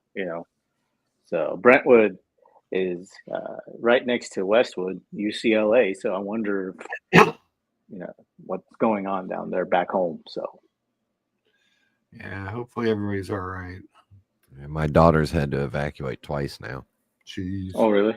Oh. Yeah. Yeah. Fortunately, so far it hasn't come down to the Orange County area. So, but you always wonder with the winds, you never know, especially with the Santa Ana's kicking up. Yeah. Well, luckily you got East LA and Downey and La Habra, which are just concrete jungles to get through first. So. Yeah. Boston says Sean's doing okay. He's avoided it so far. Everyone is okay. Good. That's good. Yeah, Sean, if you're listening, we hope everything is well for you, because it's scary. It's scary looking stuff when you see something. Oh yeah, very scary. I've been through one fire, and that was not exactly something I want to relive. Yeah, so. I get it. Not fun. Anyway, I'm going to have to hop off. I have some stuff to get done. I just thought I'd say good morning to you, Mark. I'm sorry to hear about your job once again, but it is what it is. Just think of it this way: you still have Brian and I. So exactly. Did you want to? There was a couple games today. Do you want to pick them? Yeah, up? Let's do it. All right, let me pull up the thing. Might as well do that while we're here. All right, so George, it looks like the first one we've got is the Broncos at the Bills. Bills minus 7.5. You know what though? Defense travels. I really like the Broncos defense. They're really good. Yeah. I'm gonna take the Broncos and the points here on this one. Okay.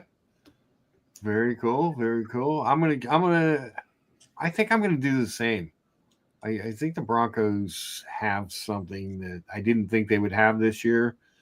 Yeah, I'm going to take that. Brian, are you picking, or are you? I'm picking the home teams. You're picking all the home teams. All right. There you go. So then you have the Packers at the Eagles. Philadelphia is -5. Hey, good morning, Buckley. Are you here? Hey, I figured I'd hop on and bring the mean average age down. Yeah, cut it in half. Hey, no, Buckley, I liked being on the younger side of this group. Damn. I love it. So what do you got on the Eagles? Who we got? Who you got there, George? What's the line? Philadelphia -5. I'll take the Packers and the points there. Okay. I'm going to take the rested Eagles. Because they did rest a bunch of people. So I think the game of the week is going to be Washington at Tampa. Tampa -3. I don't think they're the best two teams. I think it's the best competitive matchup. So who do you got? I got the Buccaneers at home. I'll take that too. I've kind of been on a Baker Mayfield run here lately. I still don't understand what Cleveland was thinking. Now Deshaun Watson, I guess he re-tore his Achilles. What a nightmare that trade ended up being. And the worst part is no one is ever going to get a guaranteed contract again, because it just all that did was show why you don't do that in the NFL. Right. You're never getting guaranteed money after that. And then another really good game is Monday night. I almost forgot this one was Monday night. The Vikings at the Rams. The Vikings -2.5. Now the Vikings are 14-3, but they're on the road because the Rams won the division, even though they're 10-7. It's being played in Arizona. Yeah. Well, there's no home field advantage for the Rams anyway. Exactly. You know, and the Rams beat them once already this year. Yeah. So the Rams are sneaky good, and you called it the first week first week of the season when we did picks. You actually said, I think the Rams can win the division. And I said, I remember thinking, George is insane. Yeah. But alas. Yeah. And then I had them as my sleeper pick to the Super Bowl, so I'm going to stick with them. You stick with the Rams? Because in the playoffs, if you look at the playoff seedings right now, the current teams that are in the playoffs, there's no head coach quarterback duo that has won a Super Bowl other than McVay and Stafford. Yeah. I don't know if that means a lot, but at least they have some experience. And you still have Nakua, and their defense is playing pretty good. I think they can beat anyone at any time, or they could lose to anyone at any time. Yeah, I can see that. I mean, 2.5 isn't a lot of points. So I don't think anyone was really on the Vikings bandwagon, at least odds-wise. It's a tough game. Minnesota has played well, but you keep wondering if Darnold is going to turn into a pumpkin. Like he's kind of had this magical season out of nowhere. Is this the game where he just really, he didn't play well against the Lions, which was a playoff style game. Right. It was for the division. It was for the conference, like to get the bye. I think I'm going to go with you. I think I'm going to go with the Rams. Yeah. Plus 2.5. Anyways, I've got to get going. So, hey, Mark, you forgot to pull up the super chat from Kyle. So, let me get over there. Note, everyone have a great weekend. See you next week. Take care. See you, George. Bye-bye. Bye, George. Kyle D, $6.99 Canadian. He says, I am waiting with bated breath for the new one in done piece. To quote Mr. T in Rocky 3, prediction, IWC or Aqua Terra? Ooh. I predict pain. Austin Collector is still yelling at Buckley. He says, we were talking this Corona 1 on the screen at 2K. Yeah. Smoke and mirrors. Yeah, that's what I think. I mean, it's a pretty watch, but it's really nothing. You know what I mean? Like, wouldn't you be better off buying a Baltic for $500? I just don't. I'm not in that world anyway. It does nothing for me. But just witnessing what's gone on recently, go to NEAD, talk to them, look at the gray market, look at the world. Mm-hmm. I'm not buying any of this bullshit in 2025. Not having it. Literally not happening. I don't think we should have patience for people who do, because you're going to directly hurt. You're going to directly waste someone's time and finances who doesn't know any better. Yeah. Johnson EDC says one of the worst trades ever. What is one of the worst trades? Kyle D says they're playing it in Arizona. Wow, that's wild. Let's go Bills, Vikings in the Super Bowl. That's his pick. John Galt is on the Andy Reid train. I would love to see the Bills win the whole thing. It'd be great. Yeah. Is Washington no longer being the Redskins contentious? I don't know. Yeah, they should fucking put that back enough. You know what? They probably will. At the rate we're going, I think they might. They may end up going back. Watson to the Browns. Yeah, that's a terrible trade. Probably the worst trade ever. for what they gave up and what they got and what they paid for what they got. Damn. And they had Baker Mayfield, who I get it. Baker Mayfield's not like he's not like a superstar, but he's got that kind of gritty, get it done thing that you would think would play well in Cleveland. You know, that's that kind of town, you know, that I don't know. What happened to the Lions this year? Weren't they like, yeah, the Lions got a bye this week, Kyle. Yeah. They ended up, 15-2, I think. Yeah, they ended up with the bye week. I think you got to be careful of the Swiftie effect. No. Because she's not going to be traveling. I don't think they make it this year. The Swifties. Damn, the Swifties.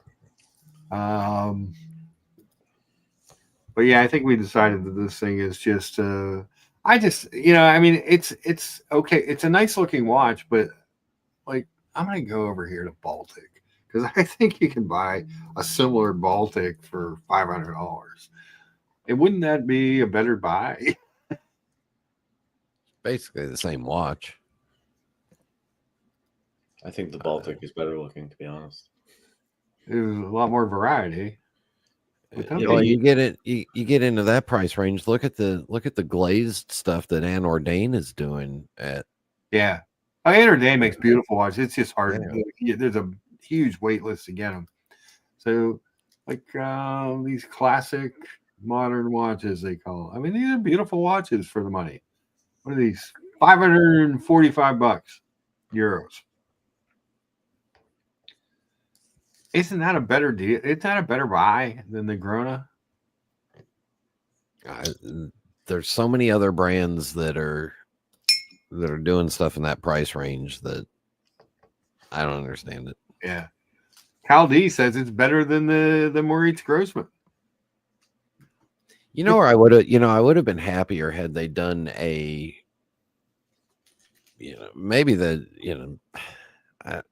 something a little bit closer to their normal price range with some hand finishing and some hand touches and some unique case design, but they just did a vanilla thing with a dial in hands that pays homage to the rest of their stuff. Yeah. Welcome to JLC. Oh, I hope I didn't spoil anything for you, Mark. You never know what I might have done. You never know. What? So Daniel Katz is having trouble selling his Explorer? Yes, he's down at Miami Watch or Miami Antique Show. Well, what idiot told him it was a good idea? So, wait, you had to ask that question. That Buckley. I have one what thought. Idiot told him to bring his watch to a wholesale? No, the most basic. Buckley, did you hear me describe that as being dropped off in the piranha tank? And especially, like, he's probably the last person that should ever be in a place like that. Yeah. Like, literally, if I had to say who's in last place to be in a place like that, it's him. Yeah. Mark, you explain it to him while I go get some water. All right. Yeah, I don't understand what he's, I remember when he bought the watch, there was some consternation of maybe he shouldn't have bought it. He shouldn't have spent the money. I don't know, but now he's trying to get rid of it. And even at that, I mean, those watches, I was saying earlier in the stream that your super high-end stuff is always going to be your super high-end stuff, but your entry-level stuff into some of these brands, that's where you're going to first see your hit because there's more of that stuff. It's accessible and easier to get. So people are going to be paying less for them, selling them for less. You're going to see those watches. You're going to see your Explorer ones are going to be, what's that retail for? About $7,700 to 40 at least. You're going to see those in the sixes, I'm sure. Well, he has a 36, so it's even lower. Oh yeah, so it's even less. Yeah. But here's the thing, and like I said, it's 2025. I don't give a fuck. I'll say whatever. You brought a guy to a piranha tank. Yes. I don't know. I haven't seen any of it. But the guy is getting prices on camera? I'm assuming. Okay. I had no idea. But I think Billy in the chat said something. So, Billy, if you're still there. You brought a guy to a piranha tank in down market. He's getting prices on camera. Now you've also taken away his ability to sell it in the community for a higher price because now because no one's going to offer him higher than what the gray market is. So whoever you are who advised him to do that, good job. You just fucked this old guy out of more money because you're a moron. Yes. It's weesh. I get it because it's that's a tough place to try and sell something like that in this market. And he's not like, I like Daniel Katz, but I would never put assertive or aggressive next to his name. No. You know? He's like the nicest person in the world. He wouldn't even harm a fly. And you take that guy and you tell him it's a good idea to off his watch in a place where it's literally going to get the worst price possible because there's 1,000 people in that room that have them. And then on camera, you're telling all the people privately that would actually give him money for it what they should be paying. Right. Good job. Yeah, you just cut his legs right out from under him. Good job. Good friend. I'm back. So Johnson thinks the Chiefs will be in the Super Bowl again. The NFL wants the history in the making story. And Boston says, never bet against Taylor Swift. That's a hard and fast rule. Yeah. Wait until Daniel tries to sell. Does he have a hovering deadbeat seconds? Oh, that's going to be a tough sell. Yeah. There's a brand that I actually like. They do some interesting stuff, and they're priced in the $6,000 to $10,000 range. Oh, not enough. I'm sorry, not enough pushers or crowns for you. Well, yeah, maybe who knows? Who knows, Brian? I need 3 upvotes, and then we'll discuss the rest of what I did. Whether you guys think I was smart or not. I like what I did, but we'll see. I'm logging into my Cam's one and only man part hair troll account. Oh, where's he been? I miss him. I haven't seen him. I don't pay attention. So unless and again, Curly runs those streams forever. I watch like the first hour and fall asleep. But unless he has some of that content on, I don't follow it. I know George Vargas said the Sunday show, he's doing a cigar show or something, is pretty good, but I just don't I don't follow him at all. So I know it's clip. It's funny with Curly stuff. I'll watch it the next morning or turn it on and listen to it while I'm doing stuff. Mm-hmm. I went and took a shower one time when he started a clip. I got out of the shower and he was still playing the same clip. I woke up this morning. He was still on. Oh, God. I was like, holy crap. Yeah, I don't last. I can't. It takes about first hour. He's just warming up. Yeah. And I never get to the punchline. Exactly. I never really get to the meat and potatoes of it. He's like a fucking DJ that comes on at 1 a.m. It's like I'm not making it. MJ says watches are stupid. That I agree with. Yeah, Boston. That's exactly how I feel. It's really situation. Daniel probably doesn't see what's going on. Hard to see people in a vulnerable position being taken advantage of. Definitely. And again, like I said, like he's not like if you're in that Shark Tank, you need to be aggressive, assertive, and that type of stuff. I don't see Daniel as that guy. It's also highlighting because any of us that have sold to the gray market, which believe it or not, Mark, there's a lot of people in our community that have never picked up the phone and spoken to the gray market. Yeah. When I say a lot, I'm saying I would say maybe 15% have never sold a watch. So it's very, very clear that group has no idea how to do that, because if you've done that, you would never put that on camera. You would never even. So not only is it using Daniel Katz as bait and content, but it also shows whatever group was there just how little they know about watches. Yeah. Yeah, that makes sense because it's tough. I've had 2 coffees. I'm ready to fucking go to war, Mark. All right. So where are we at on our upvotes? Let's see. I can't remember the password to my 39. number. One more upvote. One more upvote, and we will reveal the next secret. What do you think about that, Brian? I can't remember the password, and I can't or the email I put it under. Oh, you're trying to go to the other thing. Yeah. It sucks getting old. Yeah, it does. Boston says Curly at the show. I thought he was doing something for Archie. No, I guess they had a big blowout. So Mark, Brian. I almost went off on a couple of the 20-something-year-olds that I work with last night. Uh-oh. What happened? I had to stop myself from going into dad mode with them and telling them, you know what, stop complaining. If you don't like the job, quit. Go stand in your position and be happy. Damn. I really took everything I had to go in a different direction. Interesting. Right.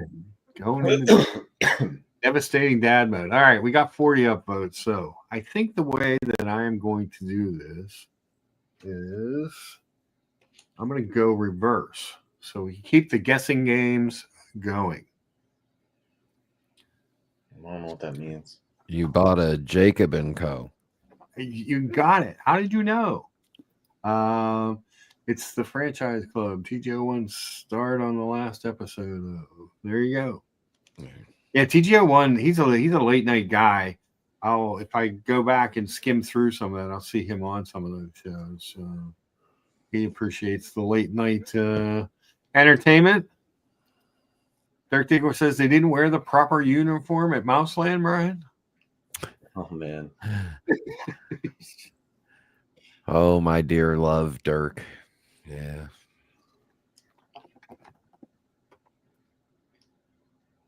Something. Oh, Jesus. Something happened. He's swatch grouping. I love my logos. You know I love It's them. those goddamn Tim Masso glasses on his head all the time. That's what's happening. He's going to be buying JLC soon. I sold my JLC.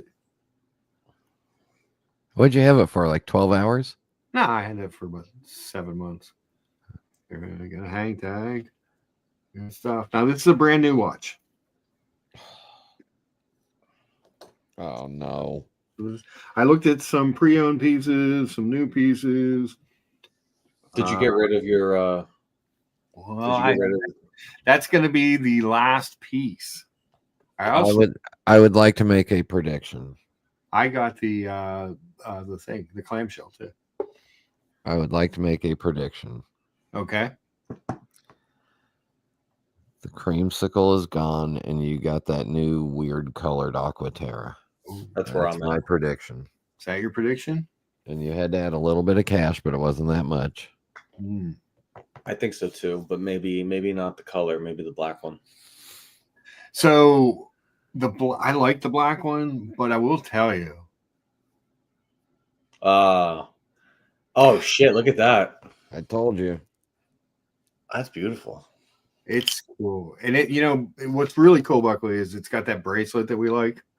It looks from far away. It looks like a white gold date. It really does, but it wears so comfortable, and that goofy way that they have to extend it. It seems like it would be annoying or might leave a big thing. It's not as bad as it looks on the videos and stuff. And it does work. But so I was doing the show Thursday, and I get a text from the guy, and he's like, because we had talked about other watches, and he sends me a text with just a picture of that watch, and I was like, just hold that for a couple hours. I'm coming, and then we'll figure out what we're gonna do. I was very close to buying a Oreo. I don't know what that is. That is the Planet Ocean GMT with the black and white bezel. Oh, for fuck's sake! Thank God you didn't buy that. It's so Isn't that like Yeah, 18? oh, see, Mark, I call that the double quarter pounder with cheese on a bracelet. That's why you didn't buy Yeah. that. It's Holy so big. It's like 17 and a half millimeters thick. fuck, dude, come on, stop it.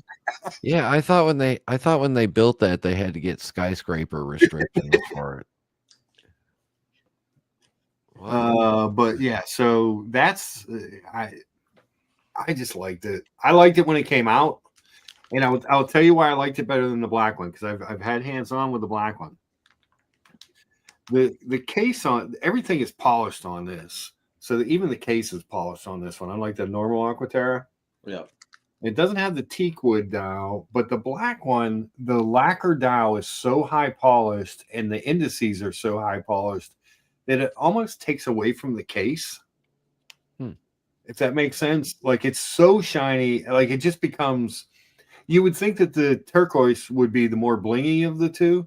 Actually, the black is. So is this the same case as the other Aquaterra? The other Yes. 41? Yes. So you could buy the rubber strap for that. Oh, absolutely. Yeah. Oh shit. Yeah, you can do a rubber strap, or whatever you want. And unlike the summer blues, it still has the exhibition case back, which I love. And then this thing, it seems like this thing would be annoying, like not a good way of doing the extension. But and it's counterintuitive, because when you want to extend it, you actually push in. Maybe. If I push the button. Yeah. So, and then what you end up with, there is a little bit of a gap on the bracelet, but in the videos, when the people were complaining about it, they made it seem like it was super huge. It's really not. It's really not that noticeable. Well, what size was their wrist? Like 4.5 inches? Yeah, well, that's true too. But it actually really, really made it fit well. And so what I ended up doing, I thought about trading 1, 2. I didn't know what I was going to do. I wanted some rainy day money, was the whole thought. And they wanted something. And I ended up getting basically what I paid back out of the watch I traded. So I got a few $1,000s. I got a brand new watch, and I actually kept the cursed watch. Oh, Jesus. Put it down. Put it down. Put it down, he says. Don't touch it. Because the deal was better I did the math, and they were great. Those guys are great there. They're very patient. Let me try on a bunch of stuff. We talked about different deals, but when it came down to it, I'm like, well, if I can take a few grand and the Aquaterra, that makes me happy. It puts a little money in the rainy day fund, and I'm looking at that Speedmaster. I'm like, that's the second most expensive stainless steel Speedmaster that they make. And that's going to take a bigger hit over time. You know what I mean? Like, if I needed to get rid of something in a few months, that one's going to be harder to get rid of. It's going to cost me more to get rid of. If I can basically get out of it and add this and some cash, I think I'm better. So that's how I ended up deciding. Whether you guys agree or not, I thought I made the right decision. I love the freaking bracelet on this thing. It's just, and I like the watch in general. When it came out, I think if you're on my Instagram, you saw a post I put it when they announced this. I was like, just Omega, please take my money. Yeah, I like the Aquaterra better than the Speedmaster, for sure. In the Aquaterra, you guys know I'm a big fan.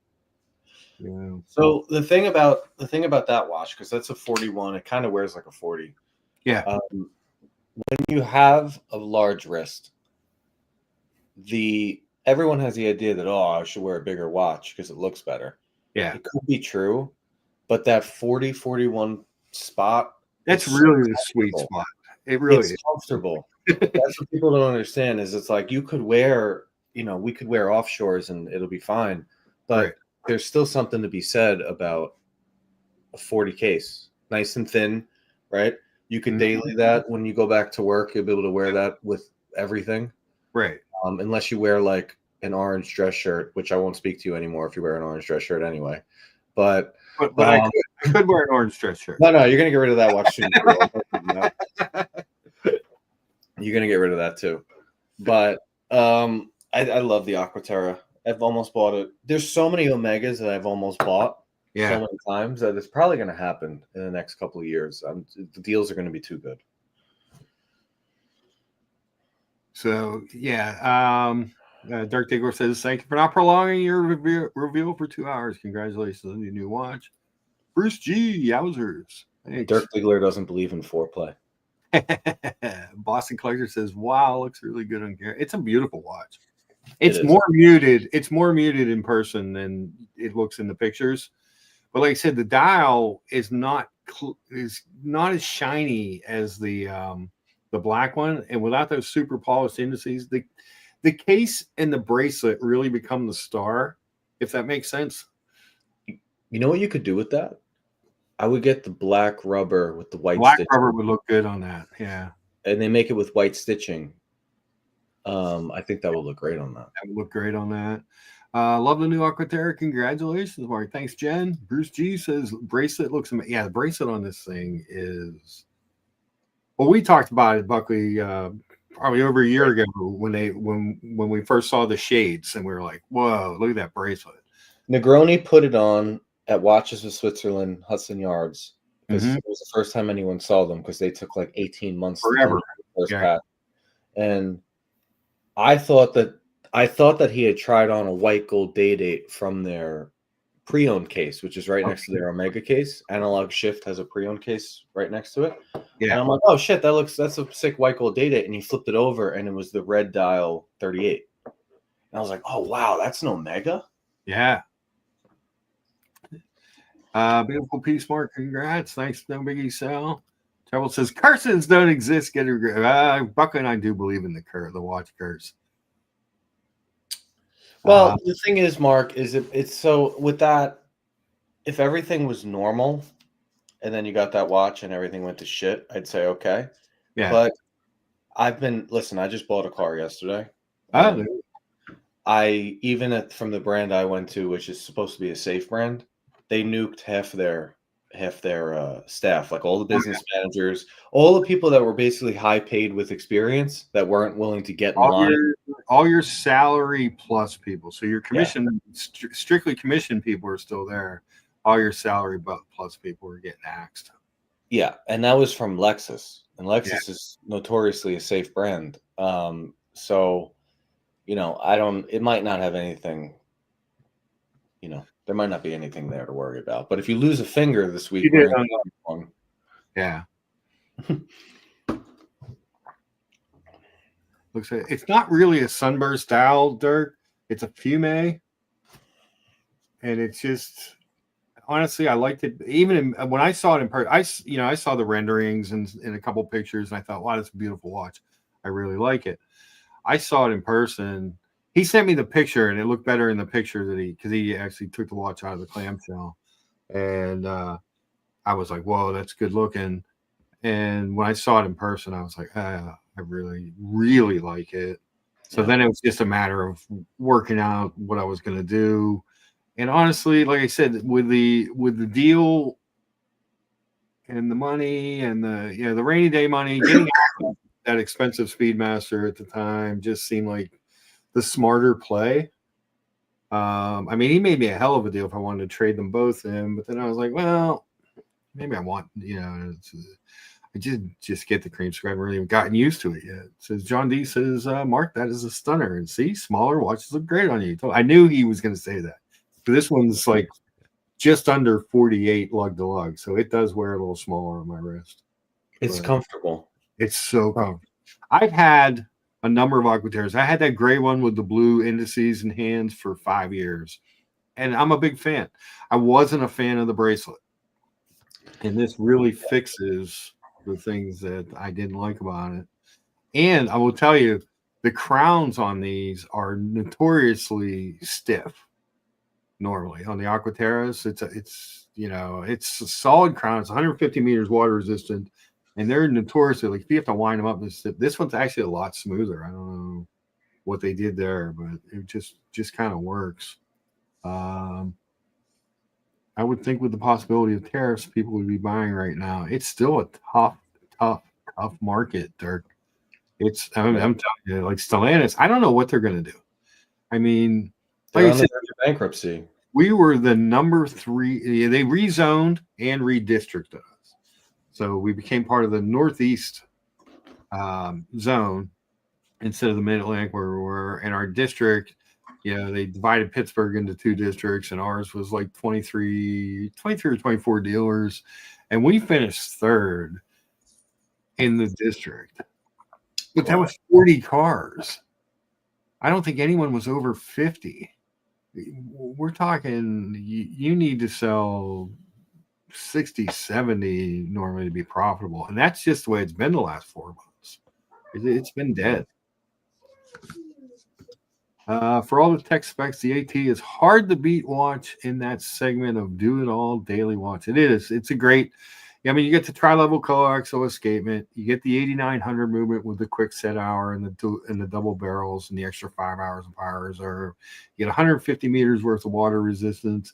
The only thing about it is full polish. So I will be scratching the hell out of it at some point, I'm sure. But hey, Mark, I gotta get going. Just congratulations, great watch. Thanks. All right, thanks for stopping by. I'll see you. See you, Buckley. Mark, you're like one of my kids. I tell you to do something, you do the exact opposite. The exact opposite thing. I know. It just, when I looked at all the deals, the different watches, the different deals, this was the one that made the most sense as far as watch and cash.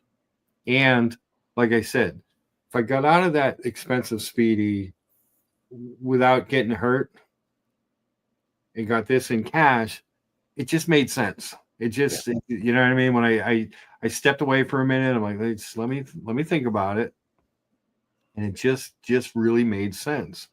And I could have taken more cash and got rid of both watches, but I kind of like that freaking creamsicle, Muhammad Ali, thank you for the £5 super chat. Congrats on the new watch. Awesome. Thank you, sir. Thank you. Hopefully you enjoyed the breakfast picks. Falafel dinner. Oh God, I gotta pull that up too. Hold on, let me get through a couple of these chats there, Mom, and I'll pull up. I love falafel. Do you ever have falafel, Brian? Oh yeah. First time I ever had falafel was actually in Amsterdam. We stopped at this place. We were just starving, walking around the city at night. It was later, and we saw this place called Moe's Falafel. We're like, what? All right. So we walked in and we ended up getting that, and it was so good. And the guy's like, "Oh, be careful of that green sauce. It's really spicy." It was really spicy too, but it was so good. It was just, and then I just became a fan ever since. Dirk says, in regards to import cars and anything high value electronics, I think the tariffs are more of a bargaining chip for most of that stuff. You pick up an Explorer 36 for 4K next, Mark. It's true. I think I know where I can get one. I think it's a good deal. I didn't like the Speedmaster. I like this much better, says Billy. The Speedmaster, it was a cool watch, but to get out of it, like I said, put a little money in the rainy day fund. You never know how long this unemployment thing is going to last, and to get a really killer watch.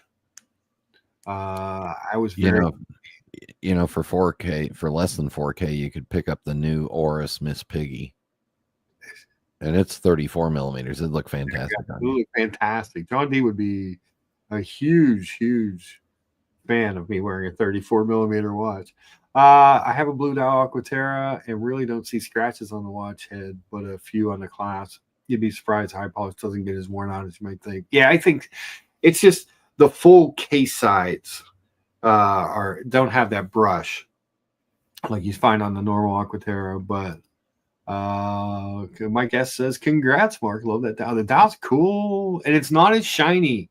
It's not as shiny as the black. It's actually not as blingy as the black, which is weird. No Biggie Sal says, I'm a glutton for punishment. It's a true story. Yeah. You are not glutton free.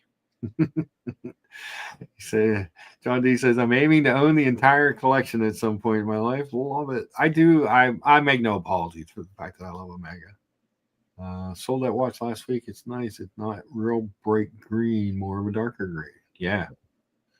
But does Billy sell watches? Apparently. Yeah, it's not. It's more, the Fume and the PVD indices and hands make it really kind of a lot more subdued than you think. But I think that I really believe the case and the bracelet are the shine off of those, the high polish off of those makes it more wearable than the black, because the black is so shiny. The lacquer dial on the black is so shiny, and the indices are so high polished in the hands that it's beautiful, but I think it makes it much more blingy than the normal. John D just saw the new first Omega in space in the seal yesterday. Quite possibly the best speedy I've seen ever.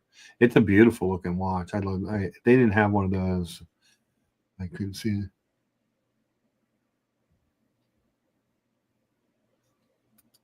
No, not that large. You can go 32 millimeters, says John. Yes.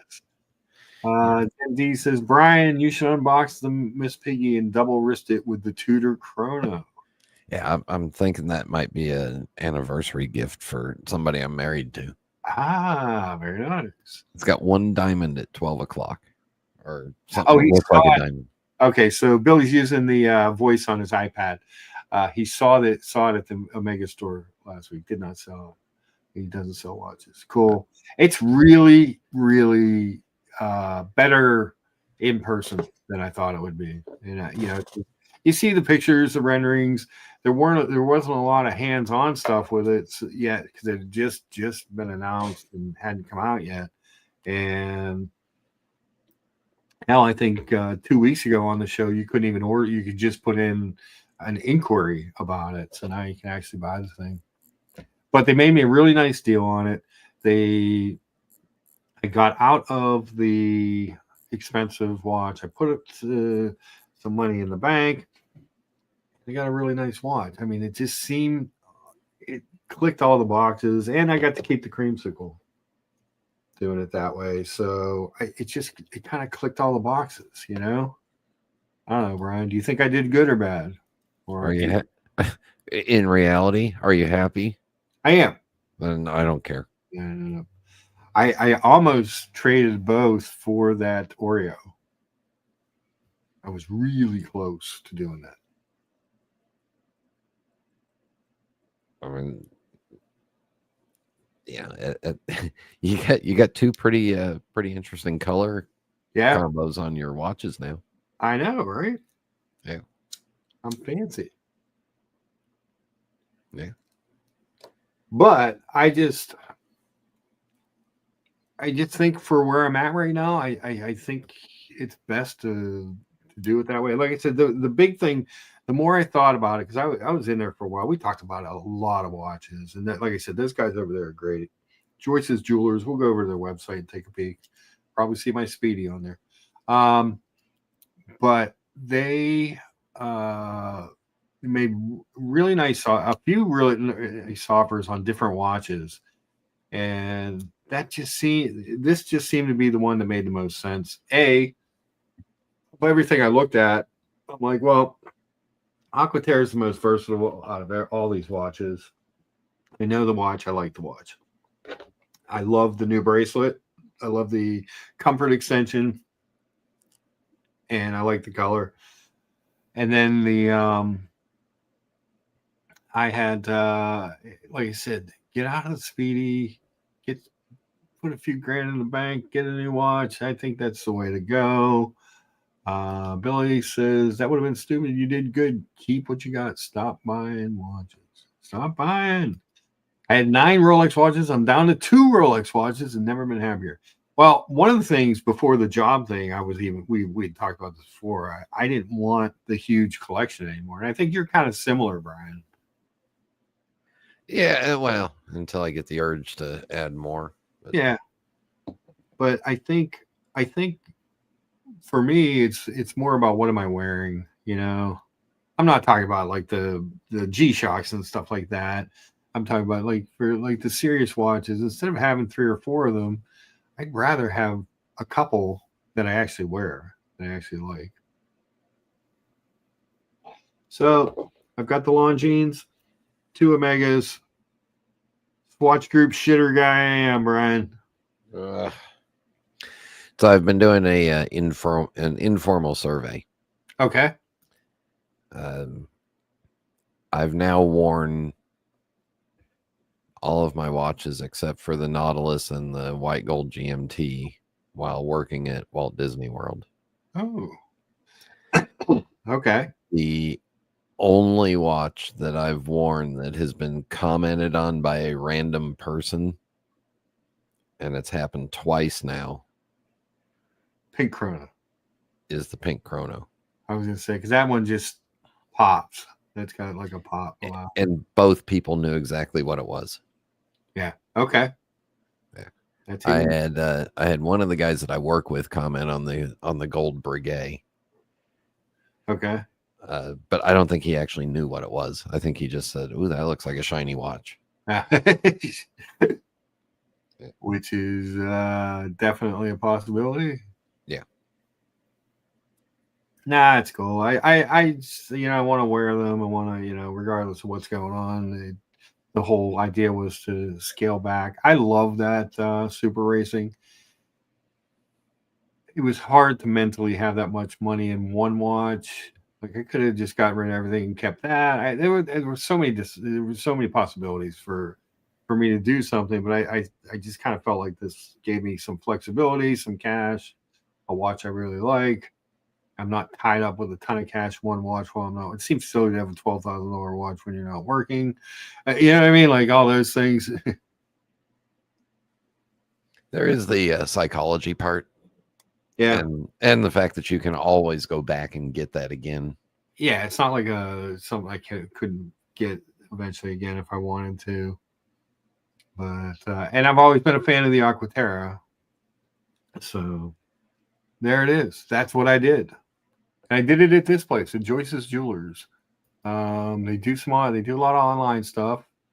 So I was trying to remember everything they carried, Brian. Yeah, it's Omega, Breitling, Oris, Norcane, Zodiac, Michelle, Bulova, and Prio.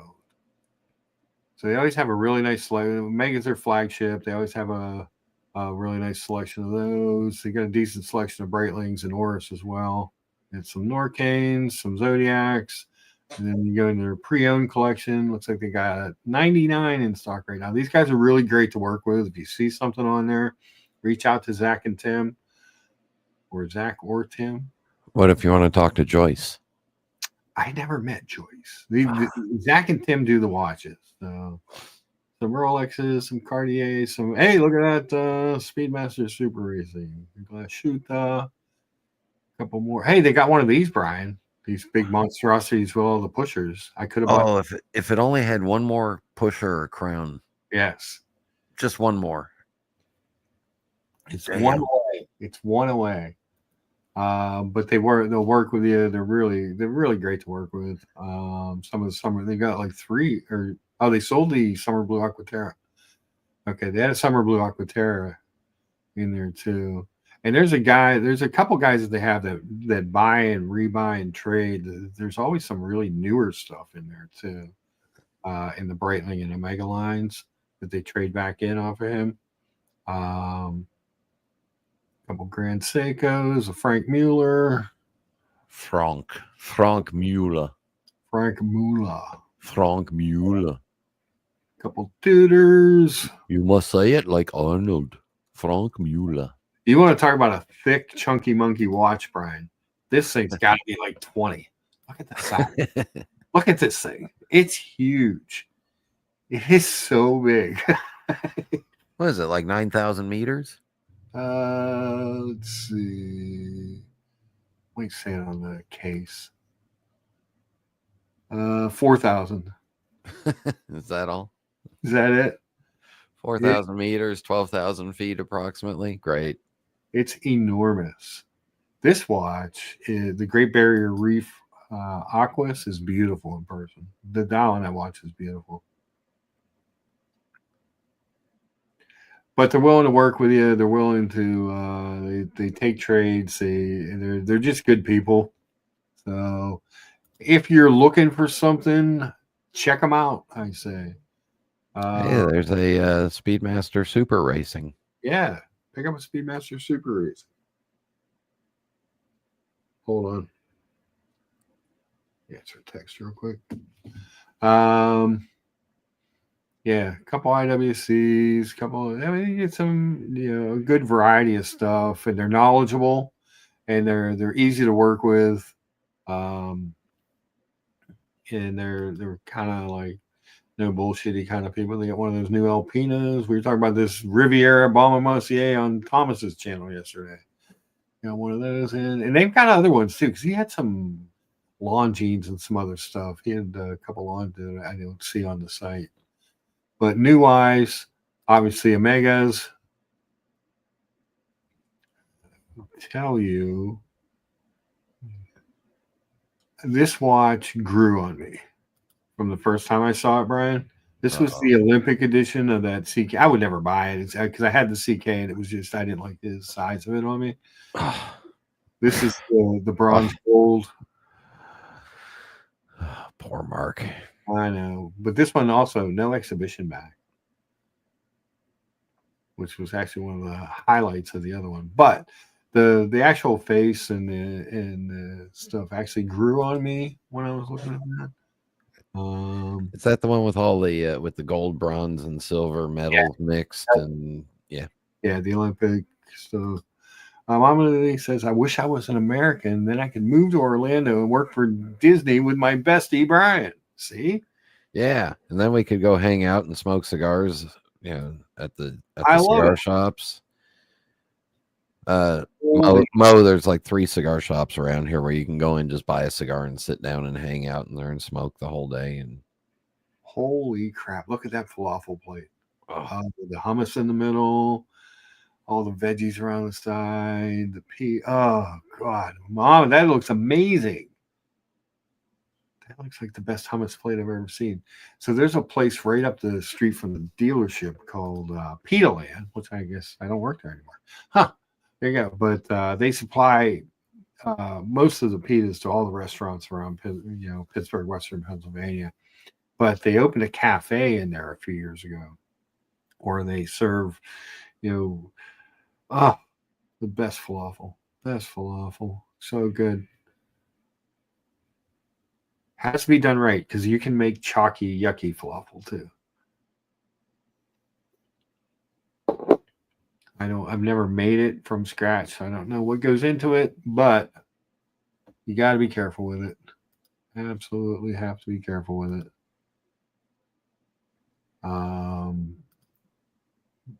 That plate looks delicious.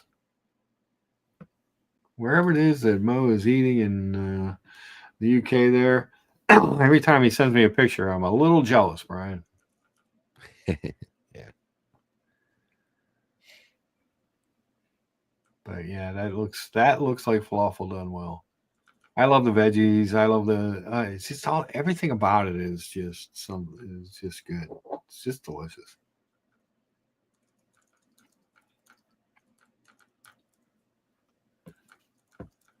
Just delicious. But anyway, back over to Joyce's. So I looked at a few Aquaterras. I will tell you, this was nice in person, but not as impressive as it seems. This new Seamaster no date. Yeah. It is. It's kind of meh when you see it in the flesh. It's not nearly as nice as I thought it would be. This watch is gorgeous. This two-tone Aquaterra. Whoa. That watch is absolutely gorgeous. Now, they had it in the case. When I went to Teddy's place, there was a guy there that had that watch and was wearing it, and I was like, damn, that was really, really impressive. Because normally a lot of the two-tone Omegas I don't like that much, but this one was really pretty with the set of gold and the stainless and the black dial. Pretty cool. These world timers don't really do it for me. I mean, they're cool and all, but this watch was this Paris. The only thing that this watch has going for it is the quick release on the thing. I got to see this thing again, which I really like. There's no reason for it. I mean, it's just a giant 43.5 Seamaster in all black. It's hard to read. But it's really cool looking when you see it in person. Ceramic. It's great, except it's useless. Yeah, exactly. Yeah. Other than the fact that it's useless, it's an amazing watch. Yeah. Here's the Oreo I almost bought. 88 millimeters. 43 and a half. No, I was talking about the thickness. Oh, it's like 17 and a half, I think. Yeah. It's really thick. Yeah. But it is a GMT. Yeah. And Zach, one of the watch guys there, he has it on the strap, and it wears well, especially on the strap. It doesn't look as big on the strap, I think, as on the bracelet, but I'm a bracelet guy. So yeah, you gotta know that's gonna be an issue. We got 44 upvotes. Thanks, guys. I do appreciate that too. We still got 20 people watching this show. I appreciate that as well. Anything going on in Brian's world? No, in fact, I got to get going because I'm gonna go play at the mouse. Go play with the Mises. Yeah, and then I'm off the next 2 days, but I'm busy with stuff here at the house. And I might Monday take a trip over to watch the Switzerland and just introduce myself in person. Yeah. Just see what they have. I don't know how they pay or what they have to offer or whatever, but I'm pretty curious to see. I wouldn't mind selling watches. Right. It's probably competitive luxury retail, but not great. Yeah. So we'll see. My insurance pool because they are European. Yeah. Well, we'll see. We'll see what it is. But hey, thanks for stopping by. I appreciate it. Yeah, you stay. I'd like to tell you to stay out of trouble, but it won't matter. What are you gonna do? It happens, Brian. I have to have a talk with Sherman and your mom and see if we can get you straightened out. Oh, Mom she was so happy. I took her over because she can't drive and her best friend can't drive. They're both hobbled up a little bit. So I took her over. She was over to her friend Eileen's house she was over there for like 3.5 hours, and we went and picked her up there. But they were both like beaming and smiling and happy. So I made someone's day anyway. Yeah. I remember taking my grandmother on her 100th birthday. We went to the graveside of my grandfather. Mm-hmm. And then after that, we stopped at McDonald's. And she used to, the days that she would babysit me, we would stop at McDonald's on the way to go visit her parents. Okay. So this time on her 100th birthday, we stopped at McDonald's and she got a Happy Meal. Oh, there you go. And she ate the whole thing. Hey. And then later that night, we had a small family dinner. And yeah. Very cool. Yeah. All right, you guys be good. Have fun. I'll be freezing tonight let's see how much. Let me double check. How many layers do I need today? It's only going down to 49, so I'll be good. Perfect. Yep. Well, it's going to be in the 30s here today, and I consider it a heat wave. And get the rest of the snow off the walk. We got Take care, Brian. Yep. See you guys. Bye. See you, Brian. Yeah. What a great panel we had today. Brian, George, Buckley. Good stuff. Good stuff. I always like this Oris. Not so much on this red strap, but I always thought it was a good looking piece. The dials, that sunburst gray dial, gives off a little bit of that original Yachtmaster vibe. Pretty cool watch. I always thought that was good looking. I always thought Oris did some nice stuff with their watches, but they have, again, every Oris AD I go into, even though this is a limited edition of 1,000 pieces, it's so expensive. I don't know that anyone's ever sold one. This Coulson and Fire Edition. Now it does have the caliber 400, and it is 3D printed carbon case. It's cool as shit. And in person, in hand, it is a really nice watch. It really is. It's just so expensive for an Oris. I don't know. Now I was talking to them about what we talked about with the movement stuff. He says they get a fair amount of people that only want the caliber 400s. They want the in-house movement. I don't know. What do you guys think? I will defer to the chat for such things. I just don't know what makes it, better or worse. But the Steelers lost, Penn State lost, the Penguins got throttled yesterday. I'm having a bad sports week. That much is for certain. I'm telling you, at $2,500, $3,000, that watch is an absolute winner. The dial is stunning on it. And this watch is actually kind of cool looking. This Divers 65 Momotaro Divers edition. The dial on that's it's a kind of a muted green. It's really cool in person. When you see it, it's like, oh, that's actually a pretty good watch. But again, 2,300 with the Salida base movement in it is a lot easier to swallow than some of these at $4,000 or $5,000.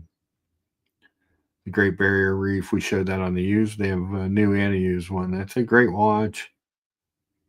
Oris makes some really cool stuff.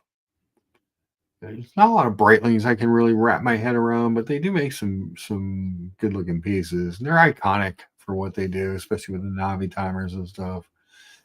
The Norcanes are cool, but again, they got a little expensive when they upgraded the movement.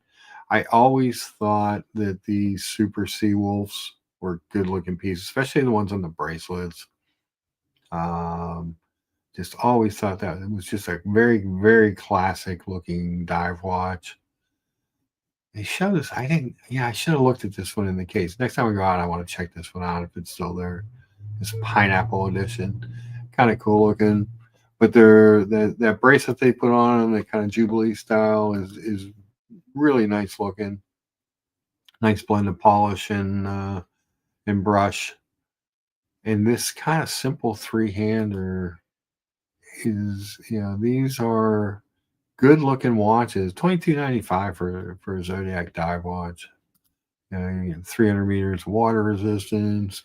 This one's a chronometer automatic, so it's an upgraded movement.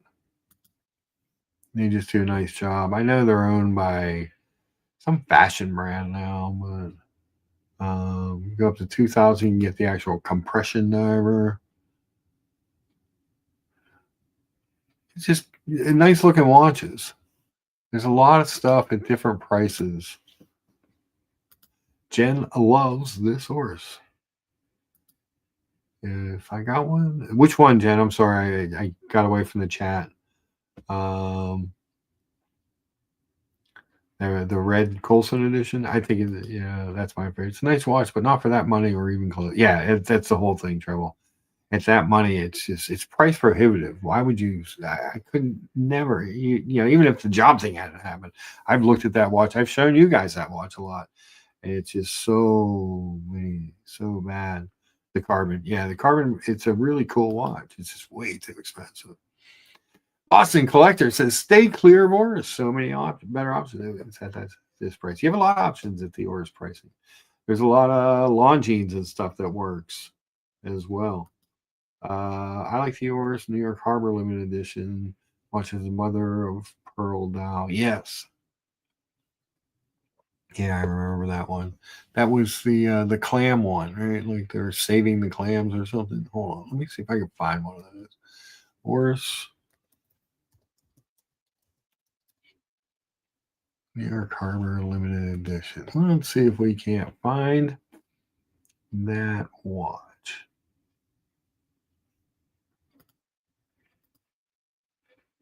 Boom. Share this tab. Yeah, it was like a greenish mother of pearl dial. Let me accept the cookies. Yeah, it's not available anymore. But I think this one came as part of like a kit, if I remember correctly. What do they have? That cherry dial one is beautiful too. So is the Sun Wukong edition, if you can find one of those. That one's a $2,700 retail. That one came with like a fancy kit, a beautiful dial.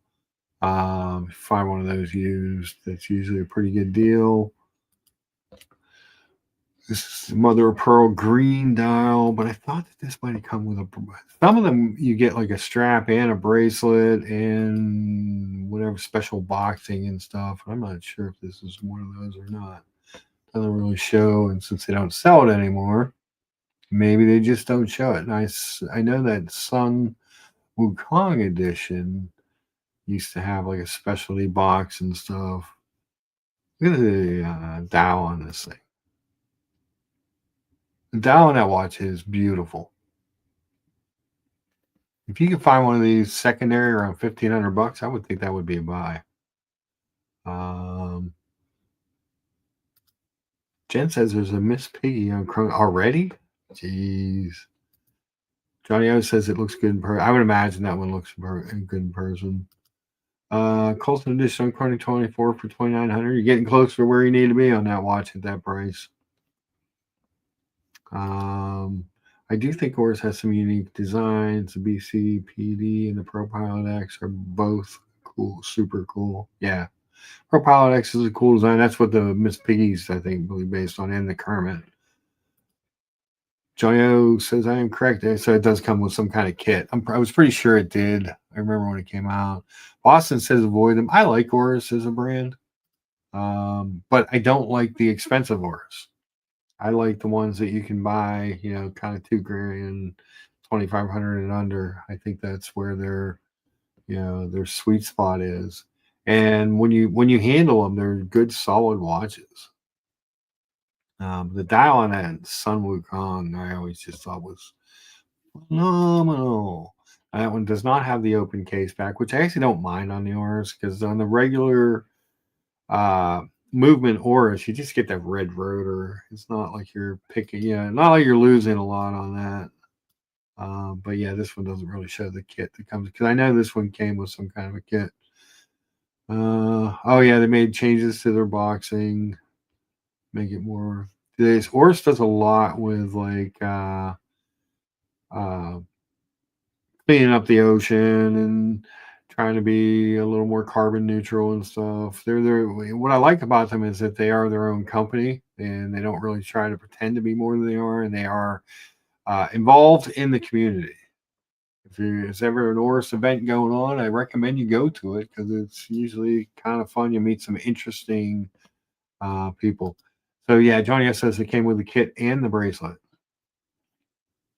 But yeah, Boston loves the teddy bear mascot. It's true. I forgot about that. Yes, he's a big fan of the teddy bear. But yeah, that's the Oris watches, aside from the teddy bear. Actually, if you shop correctly, you can get a lot for your money in an Oris. I always thought the Aquas line was really good looking.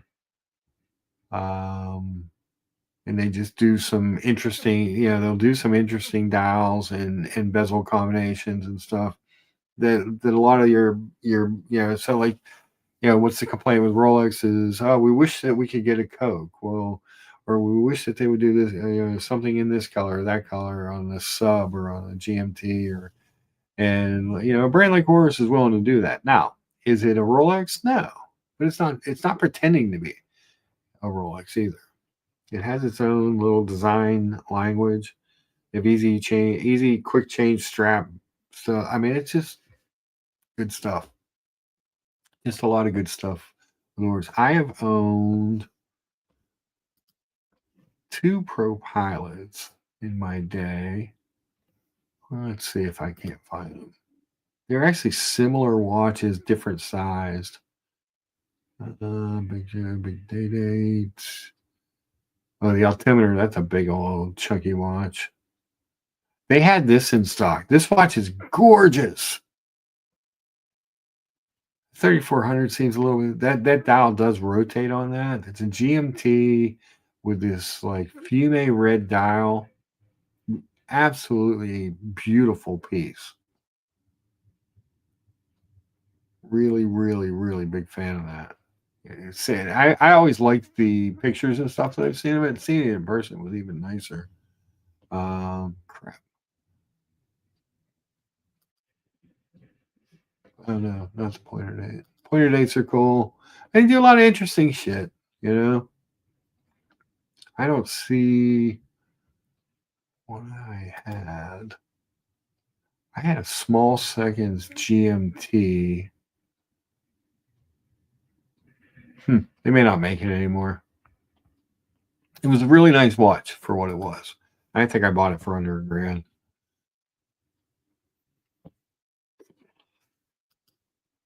Basil's Bezels says there are not many brands you can walk in and buy at retail and not take a hit. Oris is cool if you buy smart. I agree. You got a really good deal on your Oris. I remember you did the unboxing on Young Brando's show. It was amazing. You got on that. So yeah, these you got to be careful. Yeah, do your due diligence, do your homework, But Porcello Jewelers is selling a cherry dial in Washington State, asking $23K with card. Yes, he got a crazy deal. He did. Basil's got crazy deals. Very good to see. I like to see people get what they want, what they love, experiment with different stuff. I don't, if you're, a lot of people that are, maybe even George Vargas has an Oris, likes Oris. I mean, there's something to be said for the brand, and like I said, one of the nice things with the brand is that they don't pretend to be something that they aren't, which I like. They're their own thing. They have their own company and loves, and like I said, they give back to the community. Got 44 upvotes. Geez, 6 away from 50. If you haven't hit the upvote, please, indeed, do that. But you get a lot. You get a lot of watch for the money. I'm going to see if I can find a picture of the Orises that I have had.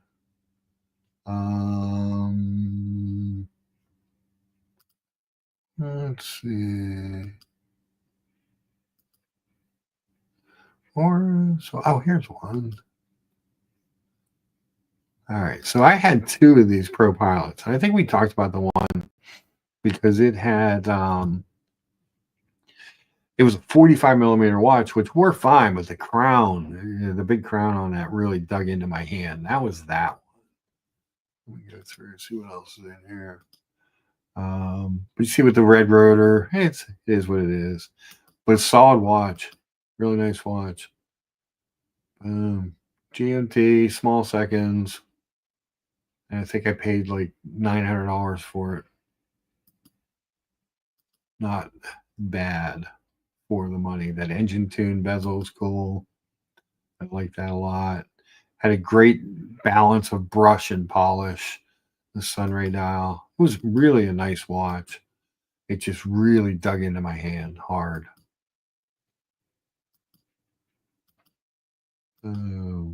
There was the other one that I had.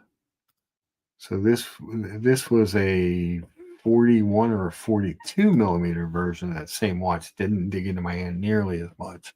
John D will be happy to hear that I like the smaller one better if he's still in the chat. This watch, This one had the seatbelt clasp, which is kind of cool. A little more color, a little kind of a better bezel, outside bezel, big crown still the turbine finishing. But look at that watch. No AR coating. That watch, it was hard to get good pictures of it. It did not have it. Dante says yes. Yes, indeed. I like the smaller version better in this watch. And like I said, the 45 fit, but man, I had a permanent divot in my hand from that crown. See the glare you get off. That's the one complaint was the glare on the crystal was a bit much. Same thing, red rotor. That seatbelt buckle I like. It's kind of cool. A nice watch. Good profile, good look. 100 meters of water resistance.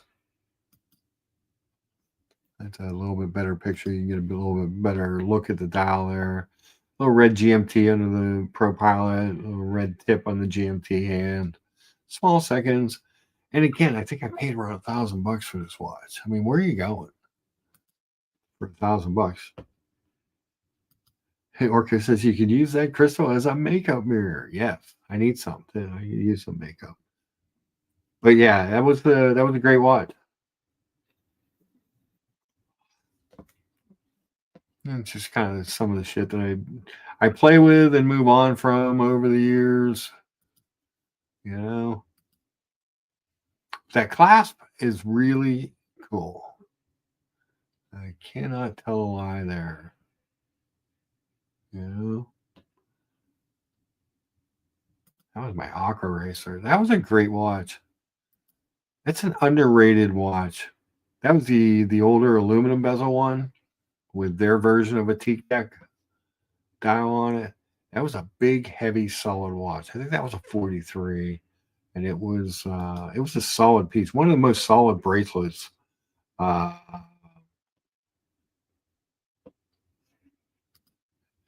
Kojak, good to see Kojak. He says, belated Happy New Year. Happy New Year to you, sir. Hope everything's well. He says, sorry to hear about your situation. Given that you could probably sell freezers to Eskimos. Stay strong. I'll be fine.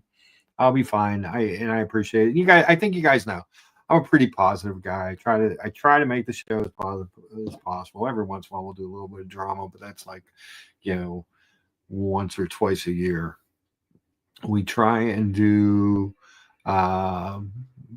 keep up the good faith. So Kojak, I did however make a deal. So I ended up keeping what Buckley considers to be the curse watch. I kept the creamsicle, but surprisingly to some, but not to me, because when I looked at the deals and we paired it all out, they were really fair. Joyce's Jewelers, really fair guys. Really, I left feeling really good, and I left with a watch that I really liked. And I traded the Super Racing for cash and a watch. And I got out of the Super Racing. And when I looked like long term, couple months down the road, if I needed to move something, I'm like the the Super Racing was going to be harder to move. I was going to take a bigger hit on it. So I love this when I first saw it in person. I actually love it even more than I loved it before. You guys know that I'm a huge Aquaterra fan. I've owned a number of them. I had that one for 5 years, the gray dial with the blue indices. And I'm a big fan. I'm a big fan of the dials. This new bracelet is amazing. And the little comfort extension helps. And I got to put some money in the rainy day fund. So Treble says, I had a big pilot watch with the seatbelt class many moons ago, but it didn't last long. Yeah, mine didn't last long either, but it was kind of cool to have it and play around with it for a while. Johnny O says the curse watch caused Penn State and the Steelers to lose. Well, I think the Steelers lost because I just don't think they were as good as their record this year. And the Penn State lost because you can't You can't go scrambling out of the pocket, throw a ball across your body across the middle of the field. That's just, you can't do that stuff. So, but he's coming back. Drew Aller's supposedly coming back next year. So he should have another good year next year. But yeah, so that Aqua Racer was actually a really great watch. Does not get the respect that it probably deserves. That was an old Formula One I had. That was a great watch too. That was a quartz. Nice watch. There's the Tissot. Gentleman's. That watch was great too. With the big date. That was a Formula One big date. That was my bicycling watch. I was on a rubber strap. I wore that bicycling for years.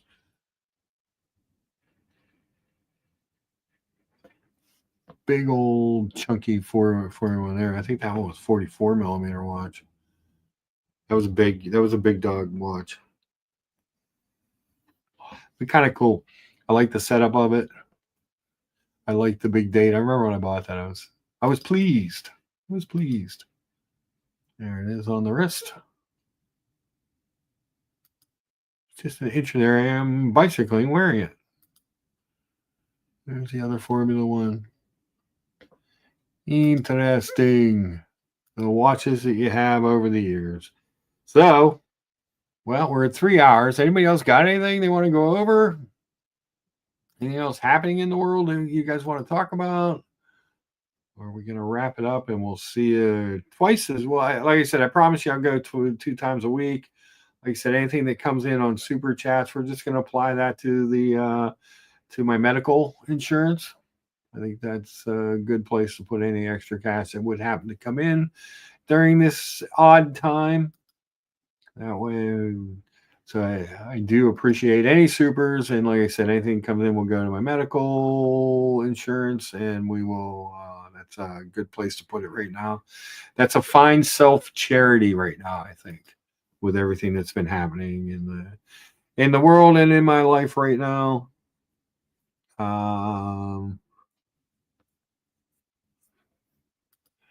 Kojak says, congrats on the popsicle pickup. The Aquaterra with the Fume Dow would need to see in person. Regardless, congrats for everyone else.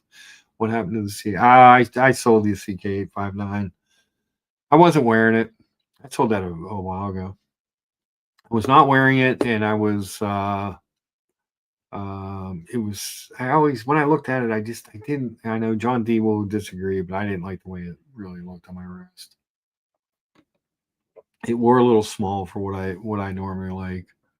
Whereas this thing, and this, if your AD has one, check it out. You don't necessarily have to buy one, but it looks so much better in person than it did on the renderings and the couple little videos I saw of it. It was really, really beautiful.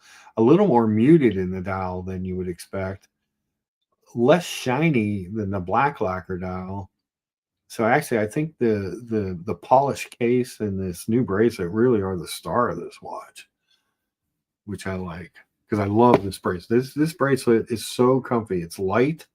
This watch I think is 155 grams, maybe something like that, and it's a 41 millimeter watch. It's around 13 thick, but 40, almost 48 lug to lug, but it wears in a proper way that you can still see some bracelet, John D. But yeah, it's just a pretty watch, and made me feel better about everything that was going on. Let me put a couple bucks in the rainy day fund. Let me keep the option open on what I want to do with the creamsicle. I mean, it does a lot. Really did a lot. We did obviously start this morning with the old breakfast pick. Hold on. Muhammad Ali's picture up there. I made pancakes this morning. So basically flour, baking powder, salt, Splenda, egg, milk. Mix it up. Had a little bit extra. That's why the bottom one is a little bigger because I didn't quite. I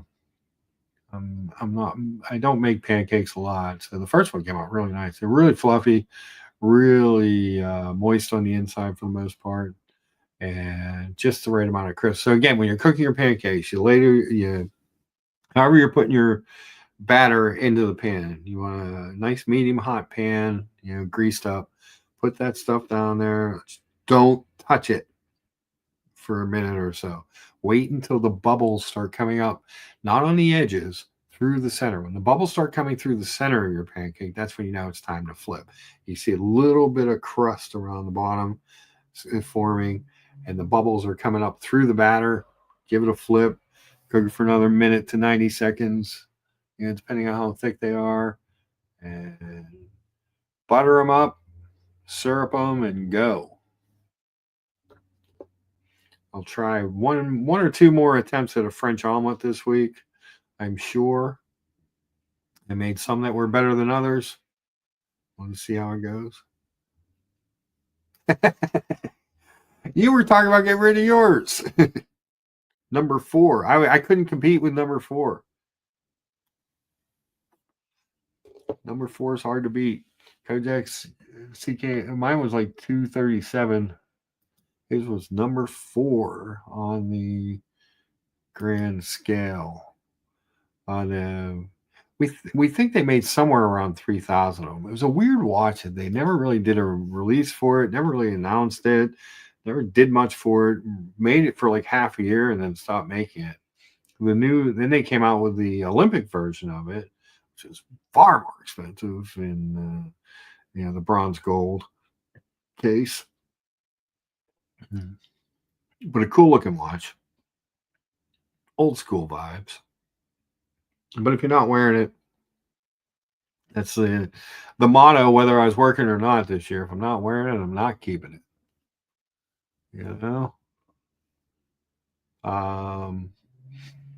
Anybody else got anything they want to go over before we put the kibosh on it? Trouble says CK59 is still nice. It is nice. It's a beautiful watch. I wasn't wearing it. I tried putting it on a bracelet to see if I wear it more, if I could sport it up, and everybody, boy, you talk about up in arms. Everyone was up in arms at that when I did that. Do you guys remember that? I don't have any vintage Omegas. I've never really gravitated towards much vintage. I'm more so. Dear Artifact and I are kind of very similar in this way. We love things that look vintage, but that are modern. I like the modern guts. That's why I always like the Dodge Challenger.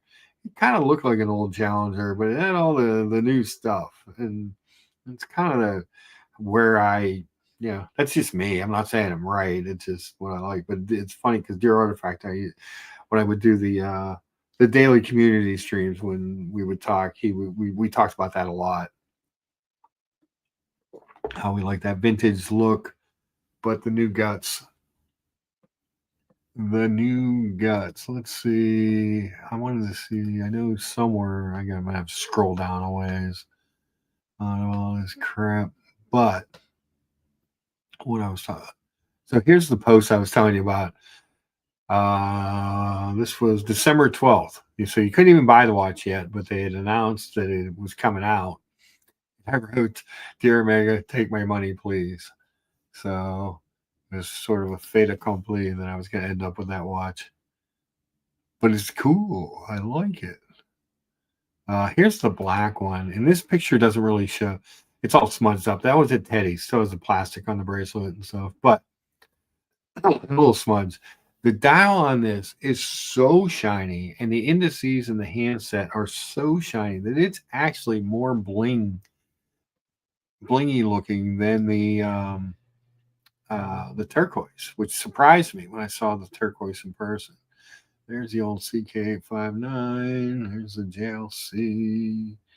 Let's see. Because I did something and everybody was just universally crushing me for what I did when where is it? I had so many watches, so little time. Did I not have a picture of it? Huh. Weird.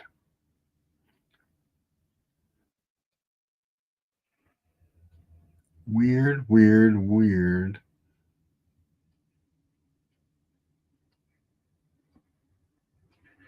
I don't have a picture. So I put the CK59, I put it on that mesh bracelet, and everybody was just like, I tried to sport it up a little bit, thinking I might wear it more. And people hated it. Hated it. Not big fans. And it is a beautiful watch. It's just it's a tick small for me. The leather strap, I wasn't wearing it. It's humid. I'm always running in and outside. Lots of food pictures. All right. Whatever. What are you gonna do? What are you gonna do? I'd be tempted by the 300 with sword hands. Does that count as vintage? That's kind of neo vintage, isn't it? I like those. I like the original 300 with the sword hands. That's a cool look. I wish they would come back to. But yeah, those are cool. There's a lot of great watches in the world. Don't limit yourself. Go look at stuff. Don't buy anything like me and just buy a Mega. I do love Omega though. I can't, and I refuse to apologize for loving Omega. I'm just an Omega fanboy. But the subject of the show, what did I do? So I took some cash and this, which I just think this watch is gorgeous. The dial is beautiful on it, but the bracelet and the case, I love the Aquaterra in general. This one actually works better than the normal Aquaterra. Even with that comfort link out, it's not as pronounced as it looks in the, some of the videos and pictures I saw that when they first did this on the black lacquer one, and people were lampooning it really hard. It's actually not nearly as noticeable when you do it. And it actually works it's a weird way that it works. So when you want to make it smaller, you actually push the button in and pull it out.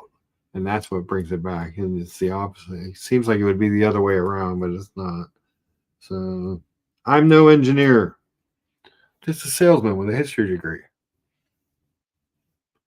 But guys, I appreciate everyone for popping by. And hopefully you don't hate my decision too much. I think it made sense when I parsed it all out. I really thought it made sense. Also, if you're looking for something, check out, see if the good guys at Joyce's Jewelers might have something. I want to do a remote from there someday, and we get some hands on some watches that they have in stock and talk to them and talk watches and take some video shots of watches and stuff. I think that would be fun since I have some time. Maybe I'll do that one day. Get you guys some different content. Always good time. Everyone loves a good time. Right. But we'll end where I also made this roasted pepper tomato soup and fancy grilled cheese yesterday after I got done shoveling. But we start where we ended with the pancakes. Hard to beat a good pancake. All right, guys, anything? Anybody got anything before we head on out? We'll play a video or something. Maybe we'll play a video, see if anybody makes any comments, and then we'll go from there. How's that? How about, since we still have the creamsicle, we'll do a quick Planet Ocean video.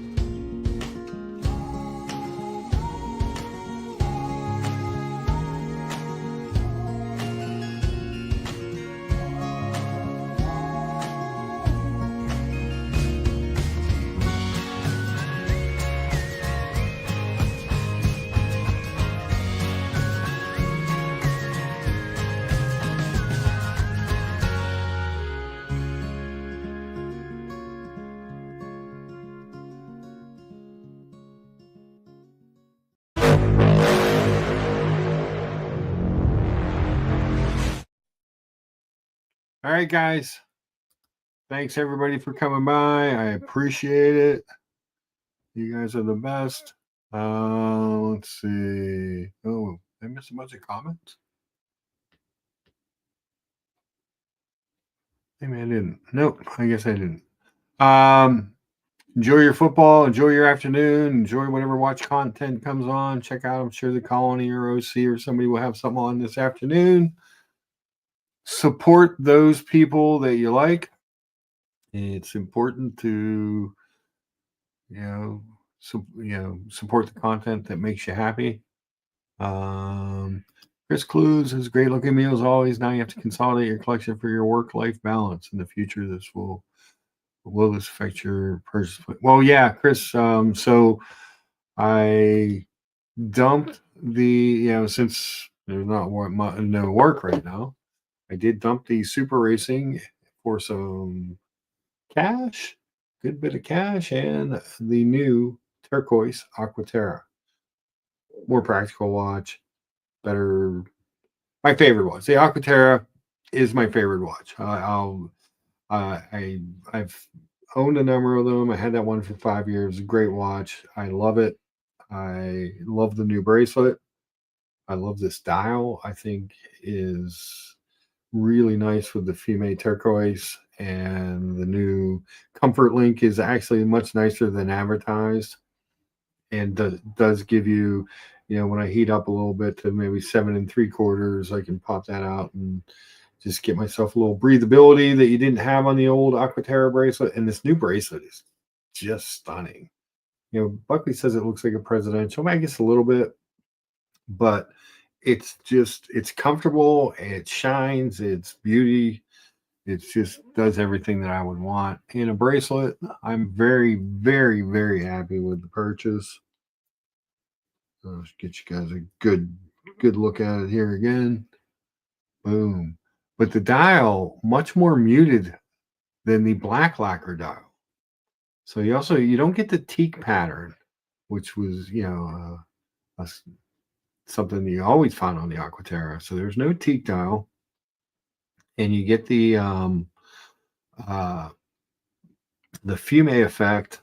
You get those PVD indices and hands. So you don't get all that shine that you get off the black one.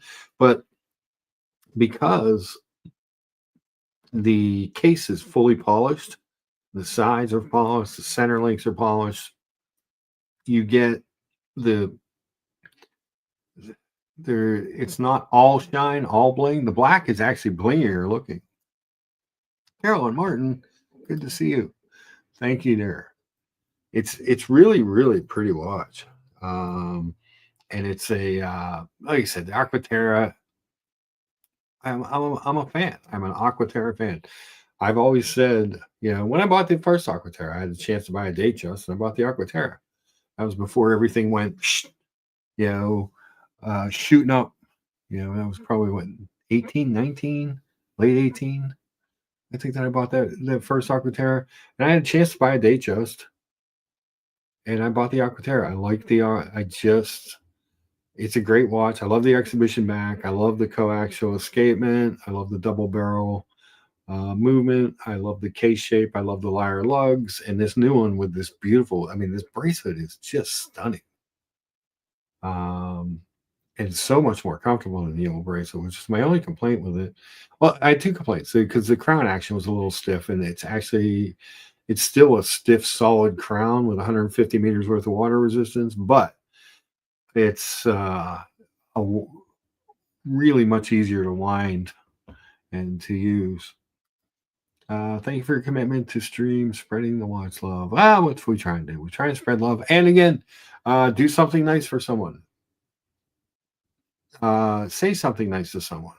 Be the light that you would like to see shining from others, and that's how we'll change the world, one person at a time.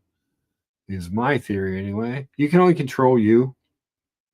And even with the lack of job and all that stuff, having all that happen so fast, I'm not a bitter, angry guy, and I don't think anyone. I don't think living in those spaces is good for anyone.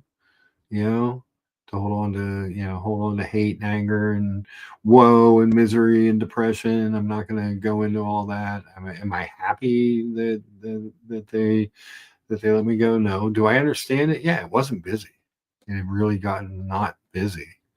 So I understand, and it's a family-owned dealership, and the family's going to run things, and hopefully they do well.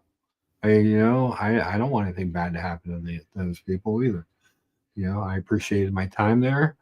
I appreciated the friendships I made and that type of stuff, and it is what it is.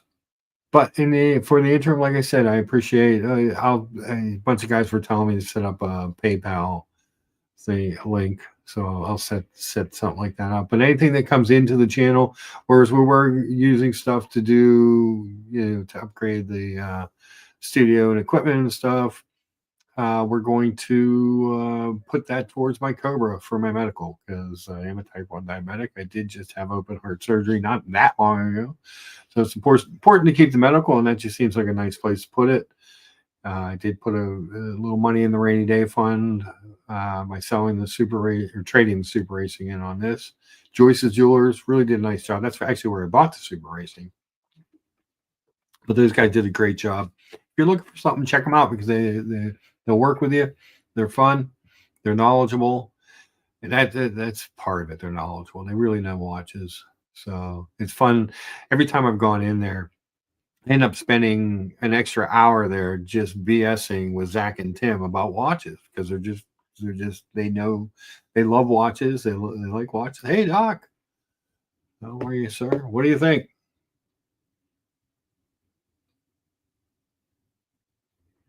It's neat. But we'll continue to do the streams and to spread some watch love. Like I said, and I feel like I'm going over some of this stuff again for some of you that already heard it, during the week and stuff. But I want to, thank you, sir. I want to do the Sunday stream, and maybe if I'm really bored some weeks, 3 streams a week. I don't want to get into every day again to where that's, taken away from everything I have to do. I do need to get up in the morning, do my computer stuff, look for a job, do all that. But, then just go from there, see what's out there and what life has ahead of me. And like Diego said, a year from now, I'm going to look back and go, that was the best thing that ever happened to me. I'm convinced of that as well. And as strange as it is not to get up and go to work, to get up and be able to, a few days a week, come up and talk to you guys, I like that. I love watches. You guys love watches. We'll just keep doing that. Anybody got anything else before we clear out the room? We'll go another 3 minutes. That'll give us 3.5 hours this Sunday.